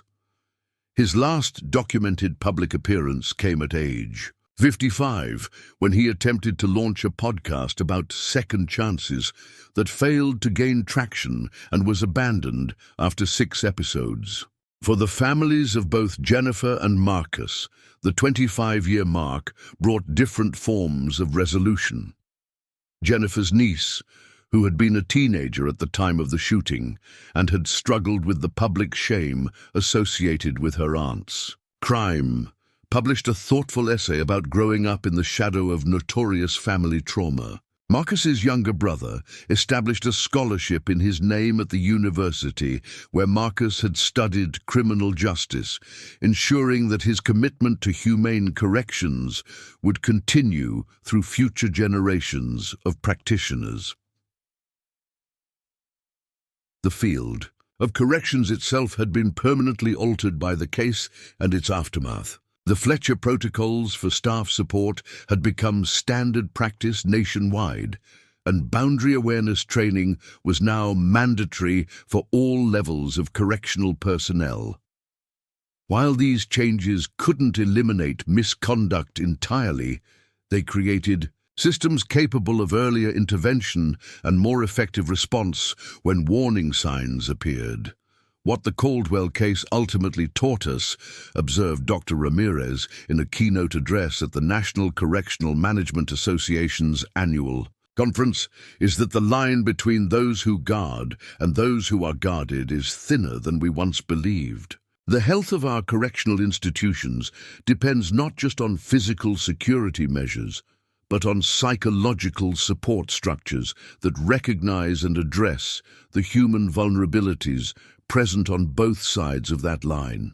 This understanding that authentic correctional reform required attending to the needs and vulnerabilities of staff as well as inmates represented perhaps the most significant legacy of the tragedy at Lakewood. Behind the sensational headlines and lurid details that had initially captured public attention lay a fundamentally human story about isolation, unacknowledged need, and the consequences of institutional blindness to psychological reality.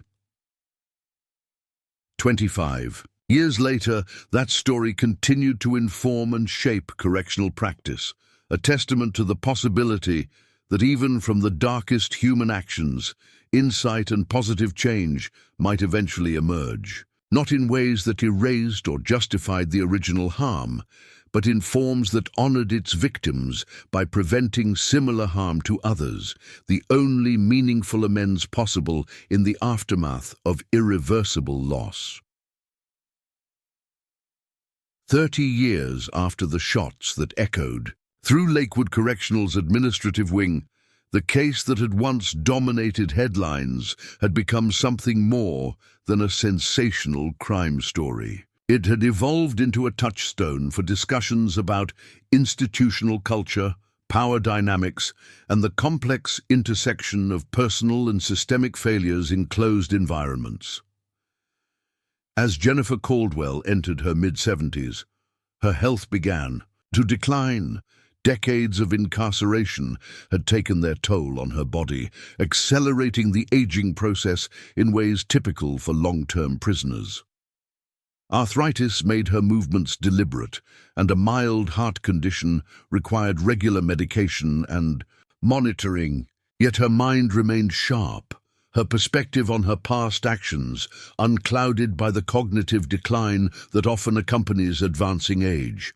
Now fully retired from the accounting firm, Jennifer had maintained her volunteer work with the re-entry program as long as her health permitted. When physical limitations finally forced her to step back from direct service, she transitioned to mentoring younger volunteers, sharing insights gained through her unique journey on both sides of the key correctional system.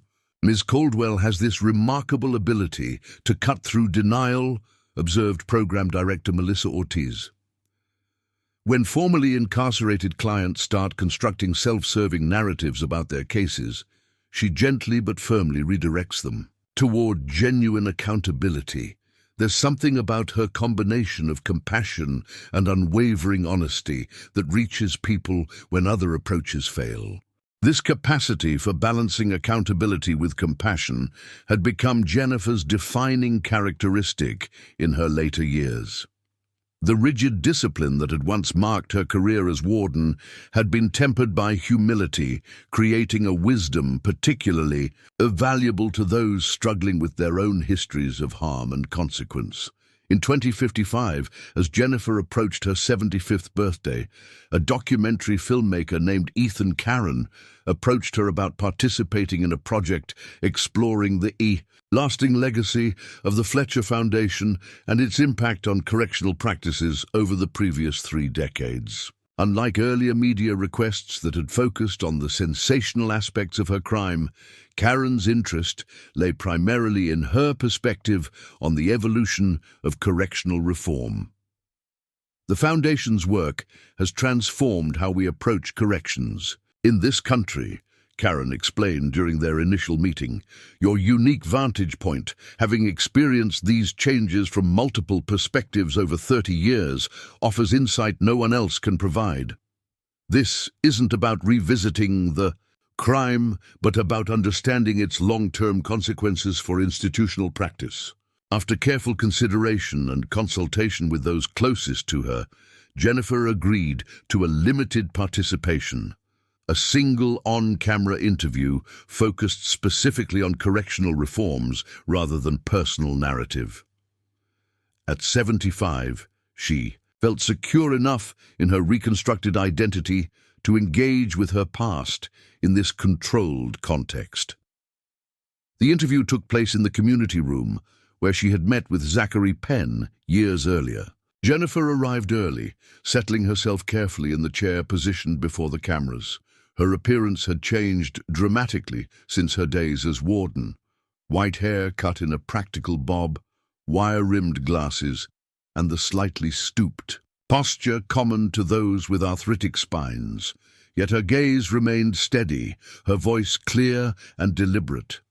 When I look at correctional practices today compared to 30 years ago, she observed in response to Karen's first question, the most significant change isn't in technology or security protocols, but in how we understand the psychological dynamics of these environments. We now recognize that the health of correctional institutions depends on addressing the needs of everyone within their walls, not just those serving sentences, but those serving the system itself. Throughout the 3-hour interview, Jennifer articulated insights gained through decades of observation and reflection. She discussed how the Fletcher protocols had evolved from their original focus on leadership isolation to encompass the complete ecosystem of correctional facilities, addressing vulnerabilities at every level of institutional hierarchy. The tragedy at Lakewood revealed that traditional oversight mechanisms weren't designed to detect the kinds of subtle boundary erosion that precede major breaches, she explained. The focus was entirely on preventing physical security compromises, contraband, escape attempts, violence. There were no comparable systems for addressing psychological vulnerabilities, particularly among those in positions of authority. Most poignantly, she reflected on how these institutional blind spots had intersected with her own psychological vulnerabilities. I existed within a system that reinforced my worst tendencies, my isolation, my belief in my own exceptionalism, my difficulty seeking help. That doesn't excuse what I did, but it helps explain how someone with my training and principles could deteriorate so dramatically without effective intervention. The documentary, titled Beyond the Walls, 3 Decades of Correctional Reform, was released the following year to critical acclaim. Jennifer's interview provided historical context for the institutional changes that formed the film's primary focus, her measured reflections standing in stark contrast to the sensationalized accounts that had dominated earlier coverage of the case. For Dr. James Wilson, now 82 and fully retired from active leadership of the Fletcher Foundation, the documentary represented a fitting capstone to his life's work. Though his health had begun to decline, he attended a private screening, in New York, watching from a wheelchair positioned at the back of the theater. Seeing these principles articulated by the person whose actions inspired their development creates a circle of meaning I never expected to witness, he told the Foundation's current leadership afterward. This doesn't erase what happened to Marcus, but it confirms that his life continues to influence positive change even 30 years after his death. The documentary's release coincided with a significant milestone for the Fletcher Foundation, the implementation of its leadership support protocols in the federal prison system after decades of success in state institutions. This expansion meant that the principles developed in response to the Lakewood tragedy would now influence correctional practice nationwide, affecting hundreds of facilities and thousands of staff members. The Fletcher approach has demonstrably reduced incidents of staff misconduct, improved retention rates, and created healthier institutional cultures, noted Bureau of Prisons Director Calvin Reynolds during the announcement ceremony. What began as a response to a single tragedy has evolved into a comprehensive framework for institutional wellness that benefits everyone in the correctional environment. This national recognition represented vindication for Dr. Wilson's decades of advocacy. Though he had received numerous honors throughout his career, the federal implementation of protocols bearing his partner's name held special significance. An acknowledgement that Marcus's understanding of correctional psychology had fundamentally changed the field. As the documentary circulated through academic and professional communities, it prompted renewed interest in Jennifer's perspective on correctional reform. Requests for interviews and speaking engagements arrived with increasing frequency, most of which she politely declined. Her participation in the documentary had been carefully considered. She had no interest in becoming a public figure or commodifying.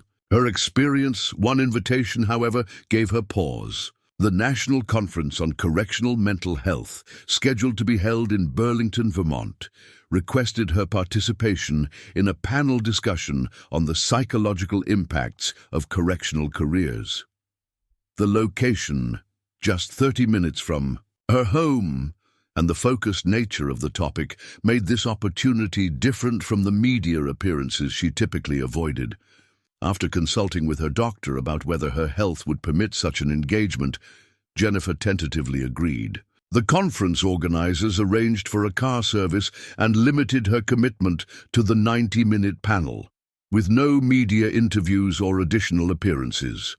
The panel, moderated by Dr. Elena Ramirez of the Fletcher Foundation, included a retired correctional psychologist, a current warden, and a researcher specializing in occupational stress in law enforcement contexts.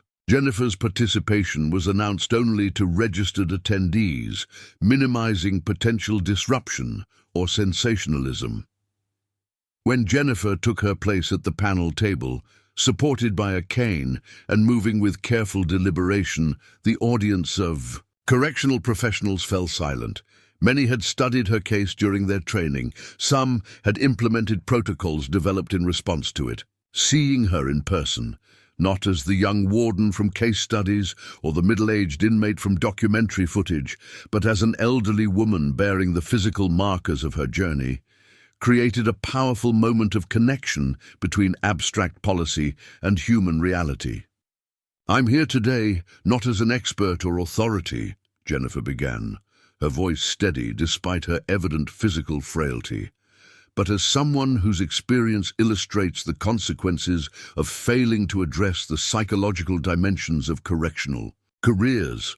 What happened at Lakewood 30 years ago represented both personal failure and institutional blindness, individual choices that occurred within systems unprepared to recognize warning signs or intervene effectively.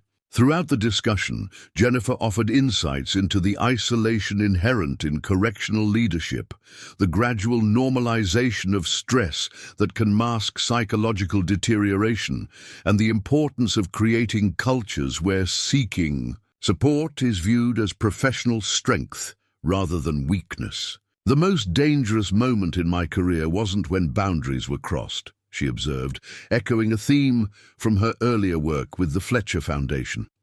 It was when I began to see myself as fundamentally different from other staff, immune to stressors that affected them, capable of handling situations without the support systems everyone else needed. That perceived exceptionalism created the conditions for every subsequent failure.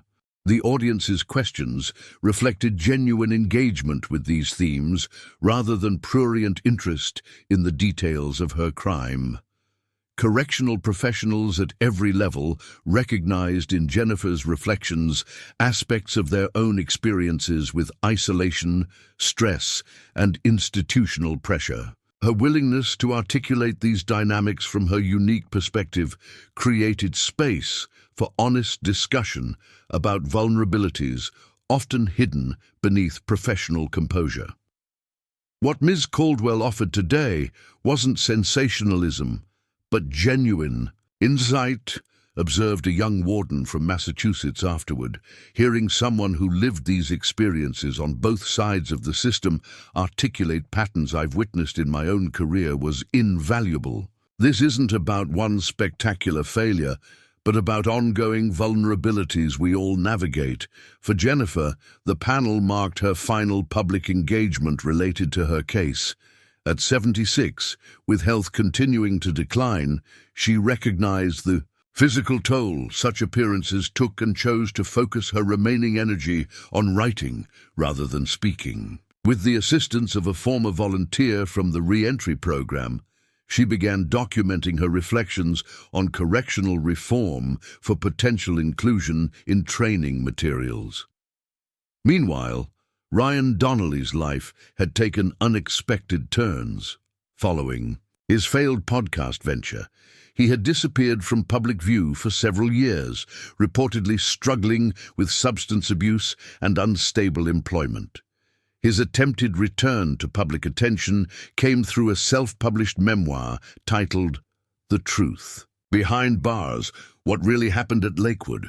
Unlike his earlier accounts that positioned him as a whistleblower, this version portrayed him as a victim of systemic abuse and manipulation, a radical reframing that contradicted not only evidence from the original investigation, but his own previous narratives. The book found a limited audience among conspiracy theorists and those drawn to sensationalized accounts of institutional corruption. Donnelly's evolving narrative reflects a pattern consistent throughout his documented history. Observed Dr. Anthony Rivera, who had studied the case extensively. Each iteration serves his immediate needs, initially leveraging the relationship for prison privileges, later presenting himself as a reform advocate when that identity offered opportunities, and now recasting himself as a victim as public. Interest in the case wanes. The consistency lies not in the content of his claims, but in their self-serving function. The contrast between Jennifer and Ryan's long-term trajectories became the subject of a follow-up study by Dr. Pamela Richardson, expanding her earlier comparative research to encompass 30 years of post-conviction data. Published in a leading criminology journal under the title Parallel Paths, Divergent Outcomes, 3 decades of post-conviction adjustment in a high-profile case, the study offered rare longitudinal insight into different approaches to accountability and their consequences for psychological integration. The Caldwell-Donnelly case provides an exceptional opportunity to observe contrasting post-conviction trajectories over an extended time frame, Richardson wrote.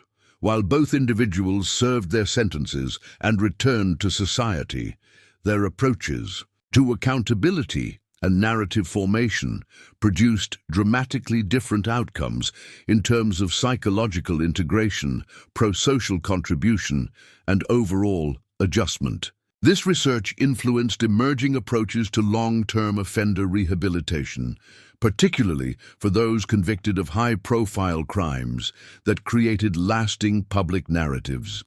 Several state correctional systems revised their rehabilitation programs to emphasize authentic accountability rather than performative remorse or narrative consistency, citing Richardson's work as a key influence.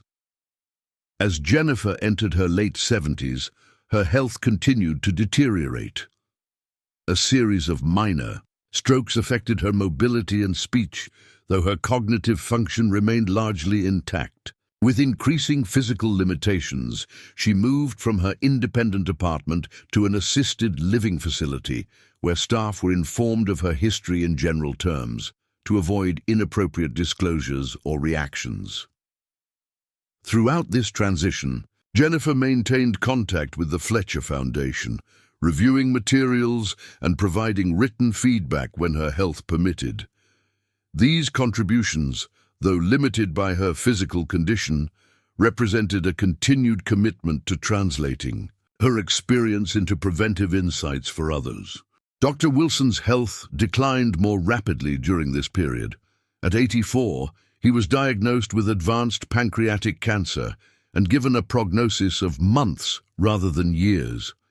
As he made preparations for the end of his life, he requested a final conversation with Jennifer, not in person given their respective health limitations, but through a video call arranged by Foundation staff.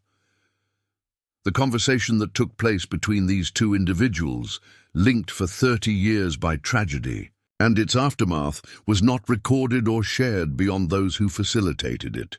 Foundation staff present during the call later described it as profoundly moving, not a discussion of forgiveness or redemption, but a mutual acknowledgement of the strange, painful path that had connected their lives and the meaning they had, each constructed from that unwanted connection. 2 months later, Dr. James Wilson died peacefully at his home, surrounded by colleagues and friends who had shared his commitment to correctional reform. His obituary, published in major newspapers nationwide, detailed his distinguished academic career, his founding of the Fletcher Foundation, and the transformative impact of his work on correctional practices across the country.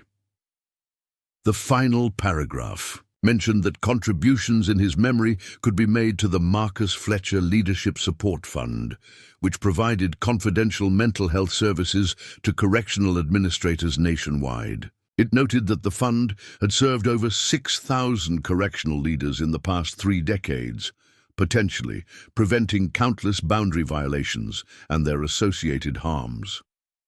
Upon learning of Wilson's death, Jennifer requested assistance in sending flowers to his memorial service. The arrangement, simple but elegant, arrived with a card bearing no signature, only a brief message. For a life of meaning created from unimaginable loss, with profound respect. The story of Lakewood Correctional, of Jennifer Caldwell, Marcus Fletcher, Ryan Donnelly, and James Wilson, continued to evolve beyond the individuals themselves.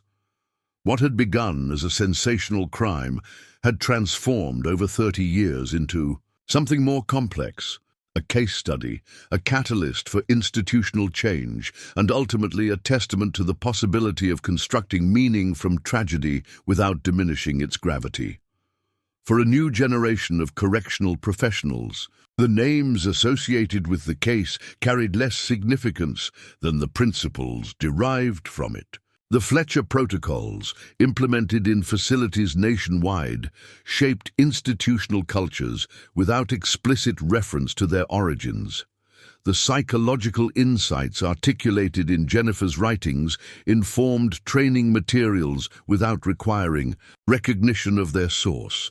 In this way, the legacy of Lakewood transcended the individual stories of those involved, not erasing or redeeming the original harm, but ensuring that its reverberations continued to prevent similar tragedies. It offered no neat resolution, no simple moral, but rather a complex understanding of human vulnerability within institutional contexts and the ongoing work of addressing both.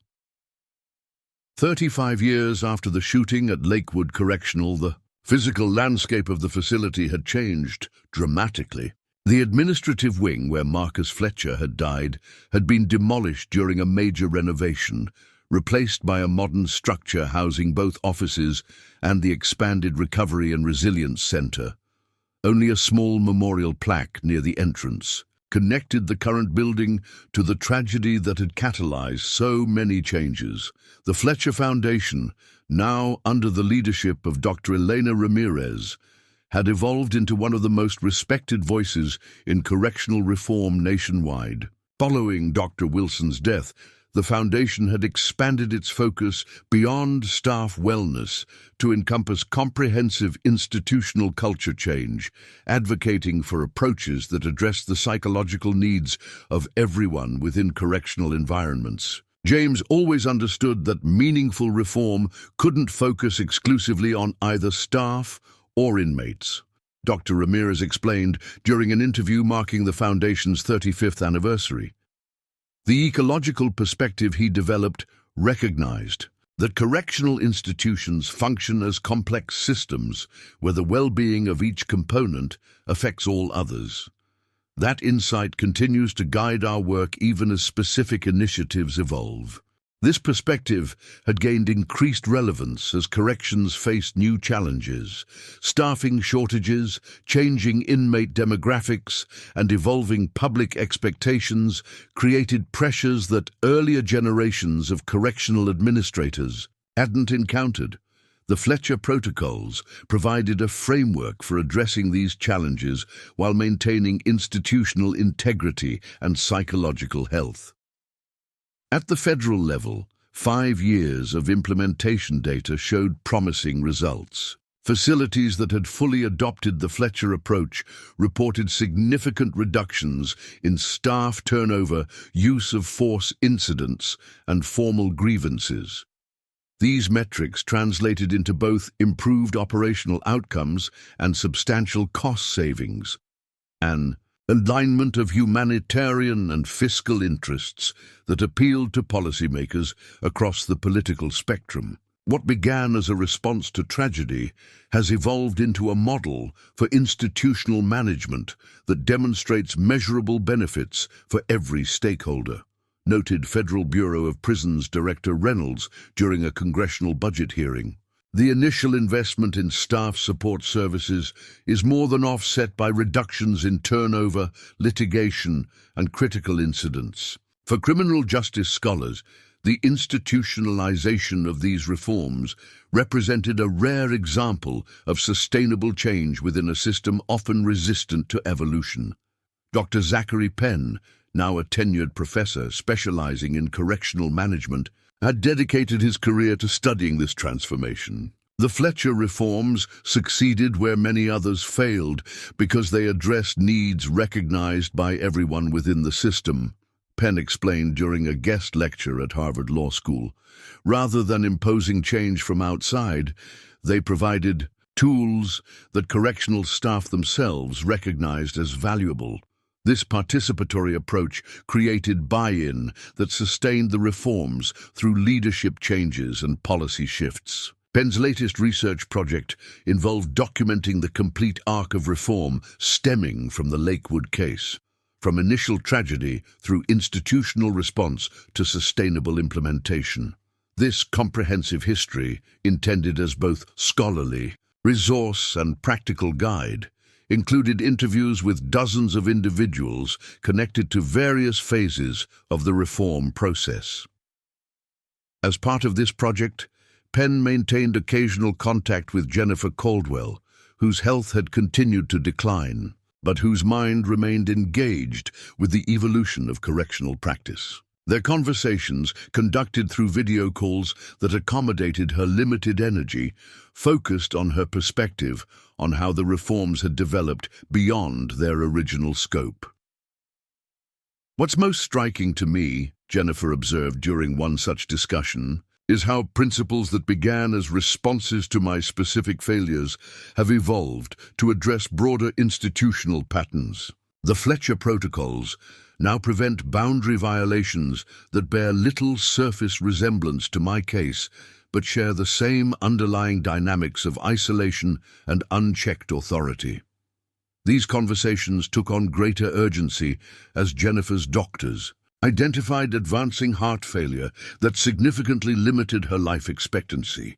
At 79, with both her criminal sentence and subsequent parole long completed, she faced the end of her life with the quiet reflection that had characterized her later years.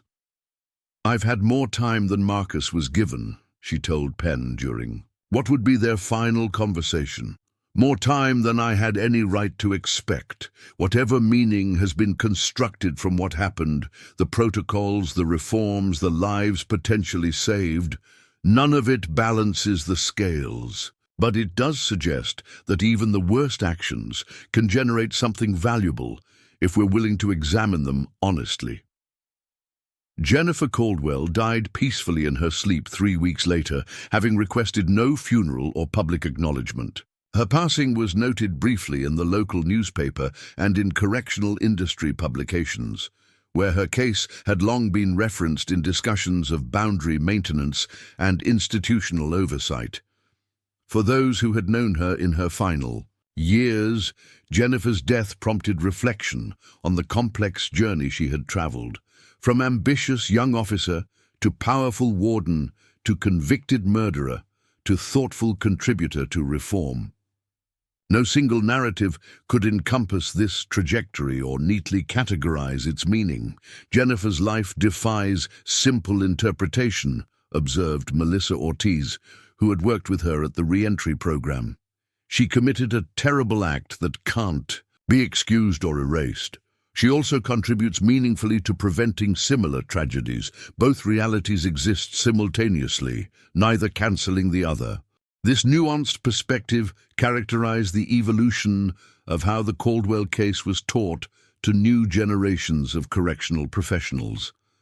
Rather than presenting a simplistic morality tale about corruption or redemption, contemporary training materials emphasized the complex interplay of individual choices and systemic factors that contributed to the tragedy and shaped its aftermath. The value of this case lies precisely in its resistance to neat categorization, noted Dr. Ramirez during a training session for new correctional administrators. "It forces us to hold multiple truths simultaneously about responsibility and context, about punishment and rehabilitation, about irreversible harm and constructive response." Ryan Donnelly's fate contrasted sharply with this thoughtful legacy. Following the commercial failure of his self-published memoir, he had retreated further from public view, his whereabouts known only to those directly connected to his supervision. Reports from those familiar with his situation described ongoing struggles with substance abuse, unstable housing, and deteriorating health. At 67, Donnelly suffered a severe stroke that left him partially paralyzed and unable to live independently. With no family willing to assume responsibility for his care, he entered a state-funded nursing facility, where staff had no special knowledge of his past beyond what appeared in his medical history. The contrast between Caldwell and Donnelly's final years reflects their different approaches to accountability throughout their post-conviction lives, observed Dr. Richardson in the conclusion to her longitudinal study. While external circumstances certainly played a role, the divergent paths also demonstrate how narrative formation affects long-term psychological integration and life outcomes. For correctional psychologists, this comparison offered valuable insights into rehabilitation processes, particularly for high-profile offenders whose cases attracted significant public attention. The pressure to construct narratives that satisfied external expectations, whether for remorse, redemption, or reform, often interfered with the authentic psychological work necessary for genuine rehabilitation. Caldwell's approach, characterized by private reckoning and minimal public narrative, created space for genuine integration of her experience, Richardson noted. Donnelly's focus on public perception and external attribution hindered this process, leaving him perpetually engaged in narrative management rather than authentic psychological work. These insights influenced evolving approaches to offender rehabilitation nationwide. Several state systems implemented revised protocols emphasizing authentic accountability over performance metrics or narrative consistency, citing the longitudinal outcomes documented in Richardson's research.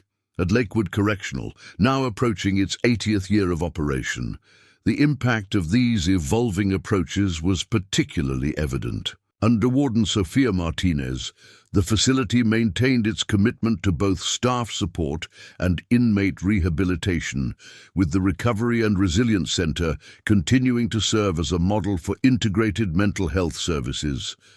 The ghost of what happened here doesn't haunt us anymore, Martinez observed during a tour for correctional officials from other states. Instead, it informs every aspect of how we operate, not as a cautionary tale, but as a foundation for practices that serve everyone within these walls. The facility's annual staff retention rate, once among the lowest in the state system before the Fletcher reforms, now consistently ranked highest, a metric Martinez attributed directly to the supportive practices implemented in response to the Caldwell case. When correctional staff feel psychologically safe and supported, everything else improves, she explained. Use of force decreases, successful rehabilitation increases, and the entire institutional culture shifts from adversarial to collaborative. That's the true legacy of what happened here 35 years ago. This perspective resonated with a new generation of correctional leaders who had studied the Caldwell case during their training without direct memory of the original events. For them, the value lay not in the sensational details that had once dominated headlines, but in the systemic insights that had emerged from tragedy.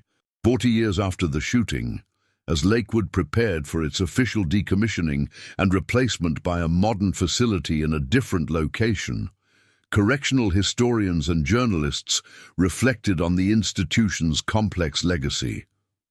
The planned closing prompted a wave of retrospective analysis about how a single tragedy had catalyzed 4 decades of institutional evolution. Lakewood's story demonstrates how thoroughly a correctional system can transform itself when confronted with its own vulnerabilities, wrote corrections historian Dr. Maria Vasquez in a widely circulated analysis. What began as a response to one spectacular failure evolved into a comprehensive framework for institutional wellness that prevented countless similar failures over subsequent decades. The decommissioning ceremony, attended by correctional officials from across the country, included the unveiling of plans for a small memorial garden at the entrance to the new facility. The garden would include a plaque honoring Marcus Fletcher, alongside educational displays about the evolution of correctional practice stemming from his death. Dr. Zachary Penn, invited to speak at the ceremony as the leading scholar of the Fletcher reforms, reflected on the complex legacy of the institution. Lakewood's story encompasses both profound failure and remarkable recovery, he noted. It reminds us that even our darkest moments can generate insight if we're willing to examine them honestly and respond with genuine commitment to change. As part of the transition to the new facility, administrators conducted a thorough review of Lakewood's archives, preserving documents relevant to institutional history while transferring active records to the new location. This process uncovered materials that had gone unexamined for decades, including personal items from former staff members stored in forgotten lockers and filing cabinets. Among these items was a journal belonging to Marcus Fletcher, apparently placed in his desk drawer on the morning of his death and never discovered during the original investigation. The small, leather-bound book contained Fletcher's private reflections on his work at Lakewood, including notes about his growing concerns regarding Jennifer Caldwell in the weeks before the shooting.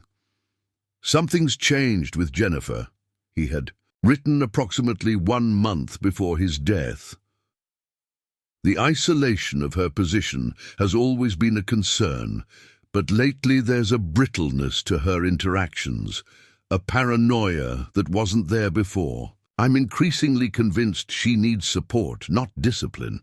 But our system has no mechanism for addressing psychological distress in leadership positions.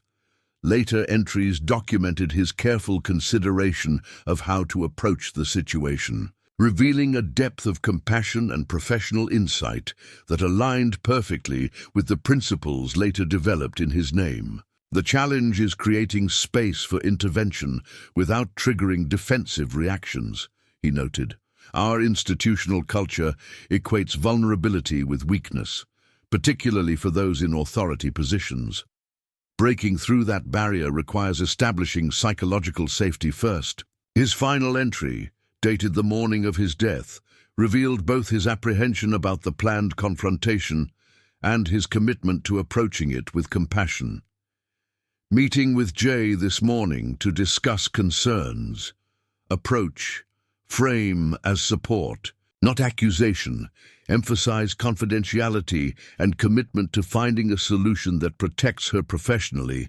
Remember, behind the uniform is a person in distress. The discovery of this journal, which was subsequently donated to the Fletcher Foundation archive with the approval of Marcus's surviving family members, provided poignant confirmation of the values that had informed the Foundation's work for 4 decades. His private writings revealed that the principles developed in his name aligned perfectly with his own approach to correctional practice.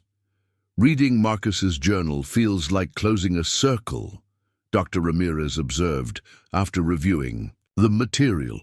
The approaches we've developed over 40 years of institutional learning mirror exactly what he was attempting that morning. The difference is that we now have systems to support that kind of intervention, whereas he was working without institutional backing or protective frameworks. For the Fletcher Foundation, this discovery provided both validation and renewed purpose. As it entered its 5th decade of operation, under Ramirez's leadership, the Foundation expanded its focus to include supporting correctional systems internationally, sharing the insights developed through the American experience with institutions facing similar challenges in different cultural contexts. The dynamics that created vulnerability at Lakewood exist in correctional systems worldwide, Ramirez explained during an international corrections conference. The isolation of authority, the normalization of stress, the cultural barriers to seeking support, these transcend national boundaries and institutional differences. This international expansion represented the furthest ripple effect of the tragedy that had occurred at Lakewood 40 years earlier. What had begun as a response to a single spectacular failure had evolved into a comprehensive approach to institutional wellness, with relevance far beyond its original context. For Zachary Penn, now completing his comprehensive history of the Fletcher reforms, this evolution represented the most meaningful legacy of all those connected to the case. The Caldwell tragedy could have been merely sensational, fodder for true crime narratives or cautionary tales about corruption, he observed in his conclusion. Instead, through the dedicated work of countless individuals over 4 decades, it became the foundation for genuine institutional transformation. This transformation, documented in measurable improvements to both staff well-being and institutional outcomes, offered rare evidence that even the darkest human actions could generate constructive response, not in ways that erased or justified the original harm, but in forms that honored its victims by preventing similar harm to others. The only meaningful amends possible in the aftermath of irreversible loss. As the new correctional facility prepared to open, incorporating design elements and operational protocols developed through 40 years of learning from Lakewood's experience, this legacy found physical expression in every aspect of its construction. From the Staff Wellness Center placed at the heart of the administrative area to the transparent oversight mechanisms built into security protocols, the facility embodied lessons that had been purchased at tremendous cost. "We cannot change what happened 40 years ago," noted the state's corrections commissioner during the opening ceremony, "but we can ensure that those events continue to inform how we approach corrections today and into the future." That's not redemption or closure. Those concepts are too simple for the complex reality we inhabit. It's simply the most constructive response possible to tragedy that cannot be undone. In this way, the story that began with boundary violations, desperate actions, and the taking of a life found its final expression not in simple narrative resolution, but in ongoing institutional practice, in daily actions that prevented similar tragedies without forgetting the one that made such prevention necessary.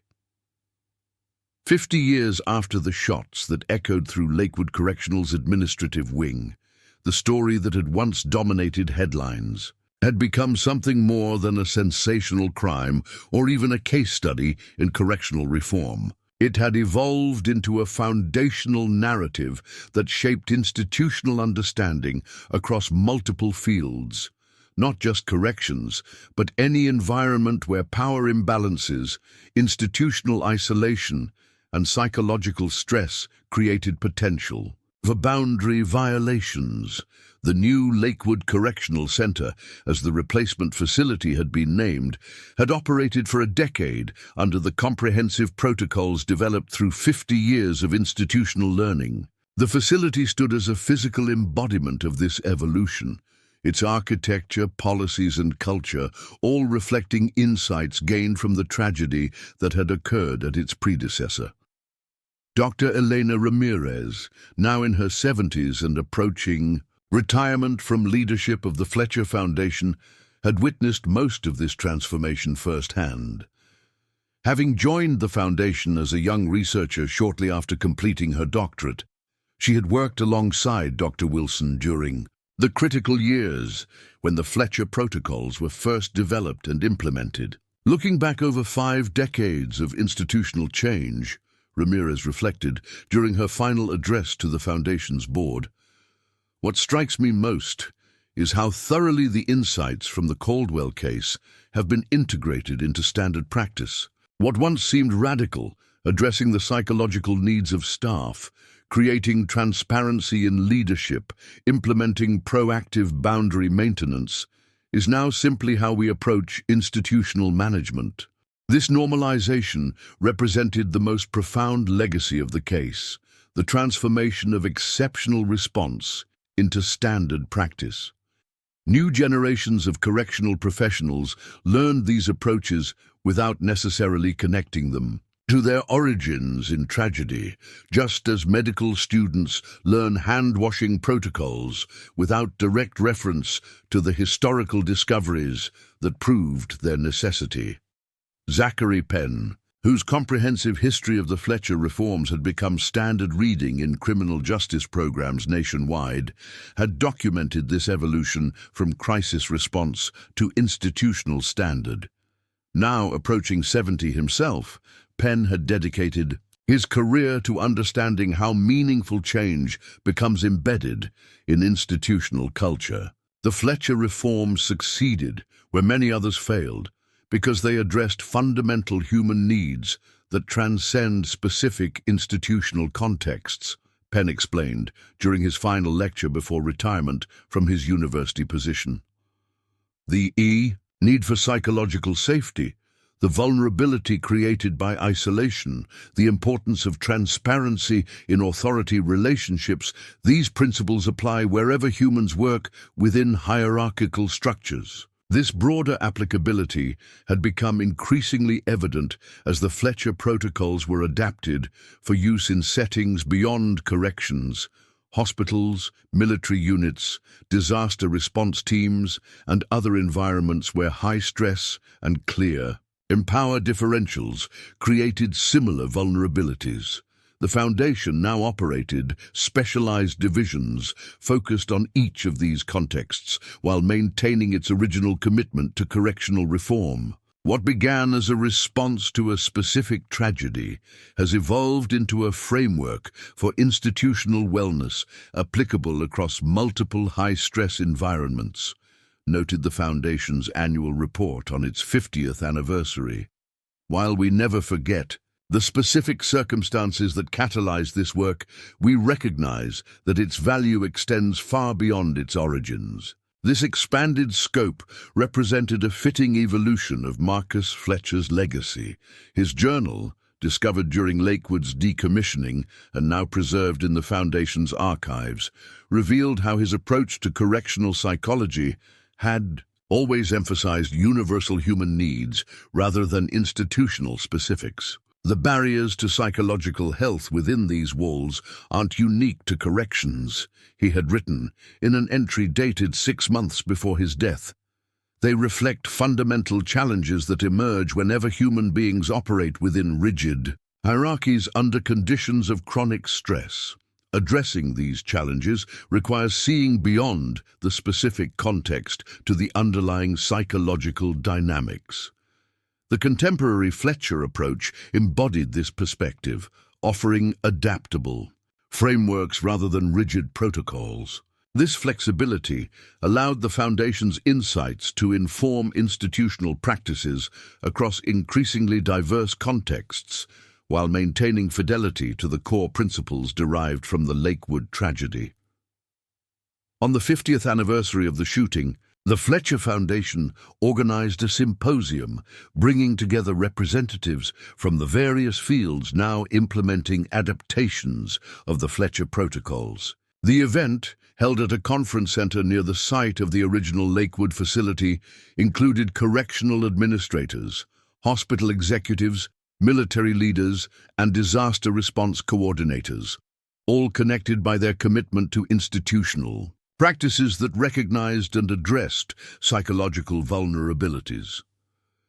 What unites us across these diverse contexts, observed Dr. Ramirez in her opening address, is our recognition that institutional health depends on attending to the human needs of everyone within our systems. The specific manifestations vary, but the underlying principles remain constant: transparency in authority relationships, accessible support systems, and cultures that recognize vulnerability as universal rather than exceptional.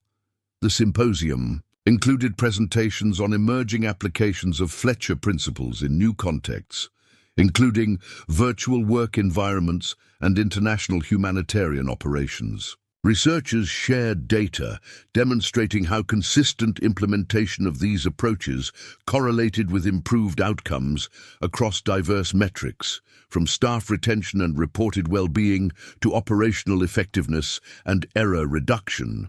The evidence accumulated over 5 decades demonstrated conclusively that attention to psychological health within institutional settings represents not just ethical practice, but practical necessity, noted Dr. Tanya Morrison, a hospital administrator, whose implementation of adapted Fletcher protocols had reduced burnout rates among medical staff by 40%. These aren't soft considerations secondary to operational priorities. They're fundamental requirements for sustainable institutional function. This convergence of ethical and practical considerations explained the unusual durability of the Fletcher reforms compared to other institutional changes that had emerged during the same period. By demonstrating measurable benefits for all stakeholders, leaders, staff, and those served by the institutions, the approach had transcended ideological divisions that often limited the implementation of other reforms.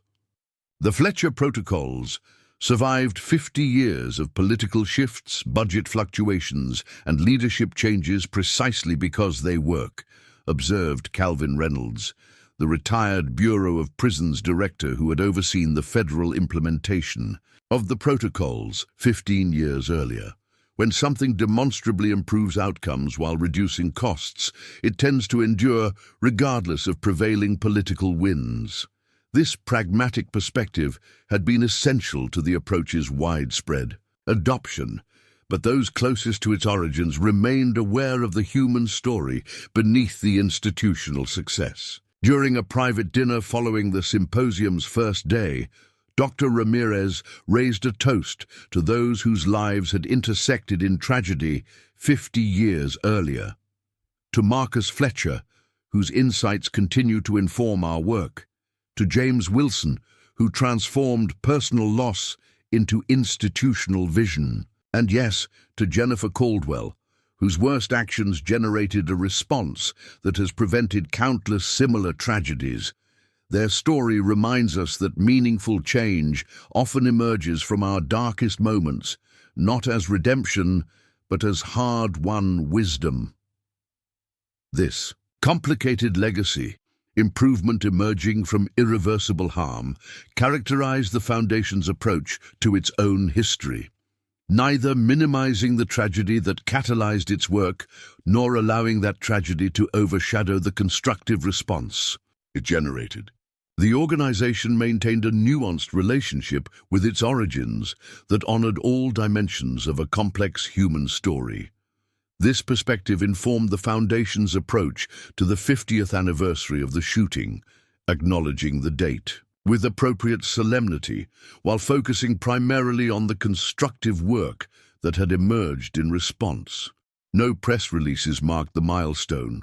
No public ceremonies commemorated the event itself. Instead, the Foundation intensified its commitment to the ongoing work of institutional improvement that represented the most meaningful response to irreversible harm. For the aging Dr. Ramirez, this milestone prompted reflection on her own connection to a tragedy she hadn't witnessed personally, but whose aftermath had shaped her entire professional life. Having worked with both Dr. Wilson and Jennifer Caldwell during her career, she had developed a unique perspective on how individuals construct meaning from circumstances they neither chose nor controlled. James and Jennifer approached their unwanted connection very differently, but both found ways to create meaning from it, she observed during a conversation with close colleagues. James couldn't change what happened to Marcus, but he could ensure it generated something constructive. Jennifer couldn't undo her actions, but she could contribute to preventing similar tragedies. Neither approach erased the original harm, but both transformed its legacy. This transformation, from senseless violence to constructive response, offered no neat resolution or simple moral, but rather a realistic model for addressing irreversible harm in a world where perfect justice and complete healing remain elusive. Ideals. The Fletcher approach acknowledged this complexity, neither minimizing the reality of harm nor succumbing to despair about its irreversibility. What the Fletcher legacy teaches us, Ramirez noted in her closing remarks at the symposium, is that meaningful response to harm requires neither denying its reality nor allowing it to define all that follows. It requires the courage to face what cannot be changed, while working steadfastly to change what can be. This balanced perspective had guided the Foundation's work for 5 decades, informing its approach to both institutional reform and the complex human stories behind it. Neither focusing exclusively on individual responsibility nor absolving it through systemic analysis, the Fletcher approach recognized both dimensions and their inevitable interaction. As the symposium concluded, participants from diverse professional backgrounds shared commitments to continuing this work in their respective fields, adapting Fletcher principles to new challenges while maintaining fidelity to their core insights. This ongoing evolution, responsive to changing circumstances while grounded in enduring principles, ensured that the lessons derived from Lakewood would continue to inform institutional practice long after the specific details of the case faded. From collective memory, in the months following the anniversary symposium, the Fletcher Foundation announced a significant expansion of its international initiatives, establishing partnerships with correctional systems in countries facing challenges. similar to those that had characterized American institutions 50 years earlier. This global perspective represented the furthest extension yet of insights derived from a tragedy that had once seemed entirely local in its dimensions. The dynamics that created vulnerability at Lakewood exist wherever human beings operate within institutional hierarchies, noted the Foundation's announcement. Our responsibility extends beyond our immediate context to sharing insights that can prevent similar tragedies regardless of national boundaries or institutional differences. This international focus represented a fitting evolution for an organization whose work had consistently emphasized universal human needs rather than context-specific responses. By adapting Fletcher principles to diverse cultural and institutional environments, the Foundation ensured that insights purchased at tremendous cost would benefit the widest possible range of environments where similar vulnerabilities existed. For correctional historians, reflecting on the 50th anniversary of the Lakewood shooting, this global impact represented the most remarkable dimension of a story that had begun with a single act of violence in a specific institutional context. What might have remained a sensationalized crime or localized tragedy had instead generated insights with universal application. A transformation that honored the memory of those harmed by ensuring that their experience prevented harm to others. The Lakewood legacy demonstrates how thoroughly a specific incident can transcend its immediate circumstances, wrote corrections historian Dr. Maria Vasquez in an analysis published on the anniversary. What began as a response to one spectacular failure evolved into a comprehensive framework for institutional wellness applicable across diverse contexts and cultures. This evolution reflected the Foundation's commitment to learning from experience, rather than rigidly applying predetermined solutions. By continually testing and refining its approaches based on real-world implementation, the organization had developed frameworks adaptable enough to address the specific challenges of diverse institutional environments while maintaining fidelity to core principles derived from the original tragedy. The Fletcher approach succeeds precisely because it isn't a one-size-fits-all solution, observed Dr. Ramirez during an interview marking the anniversary. It's a set of principles that can be adapted to specific contexts while addressing universal human needs that transcend those contexts. This flexibility ensures its relevance across time, cultures, and institutional settings. As Dr. Ramirez prepared for her retirement after decades leading the Foundation, she reflected on how thoroughly the work had transcended its origins in tragedy. While never forgetting the specific circumstances that catalyzed these developments, she recognized that their value now extended far beyond those circumstances, addressing vulnerabilities inherent in human institutions rather than responding to a single, spectacular failure. 50 years after Lakewood, what remains isn't just memory of tragedy, but a living legacy of institutional practice, she observed in her final annual report to the Foundation's board.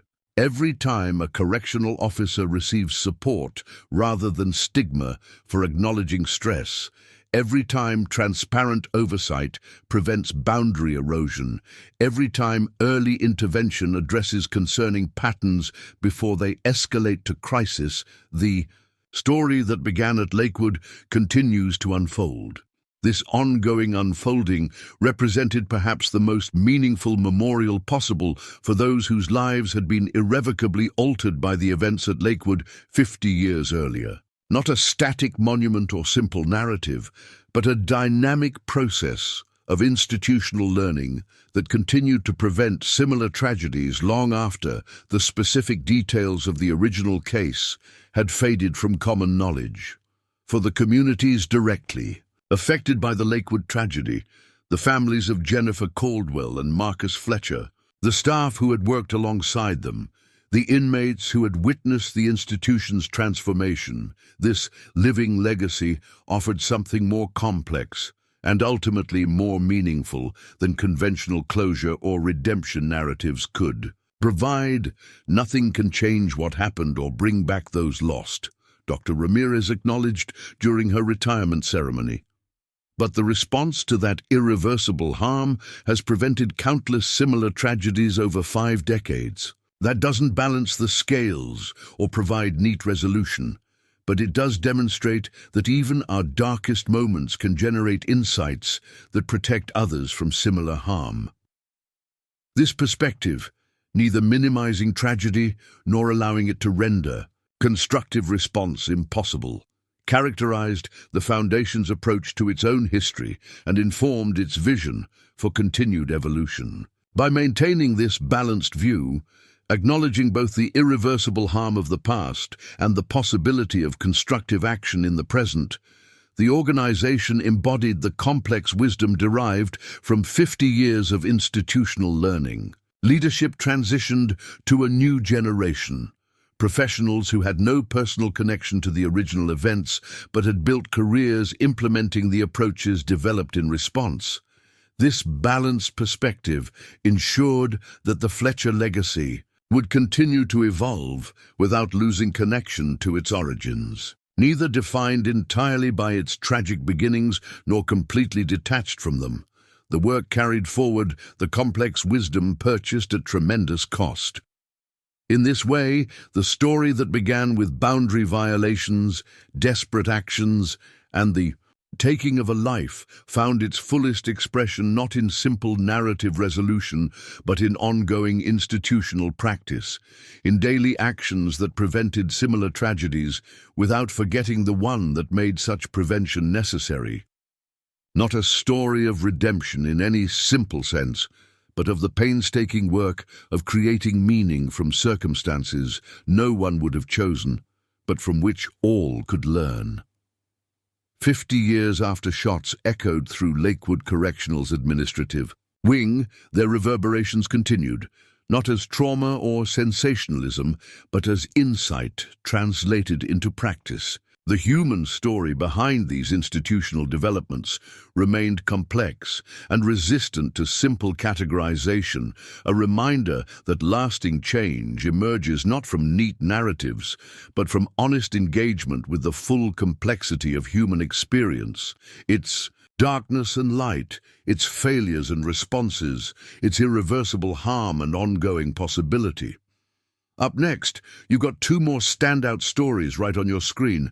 If this one hits the mark, you won't want to pass these up. Just click and check them out.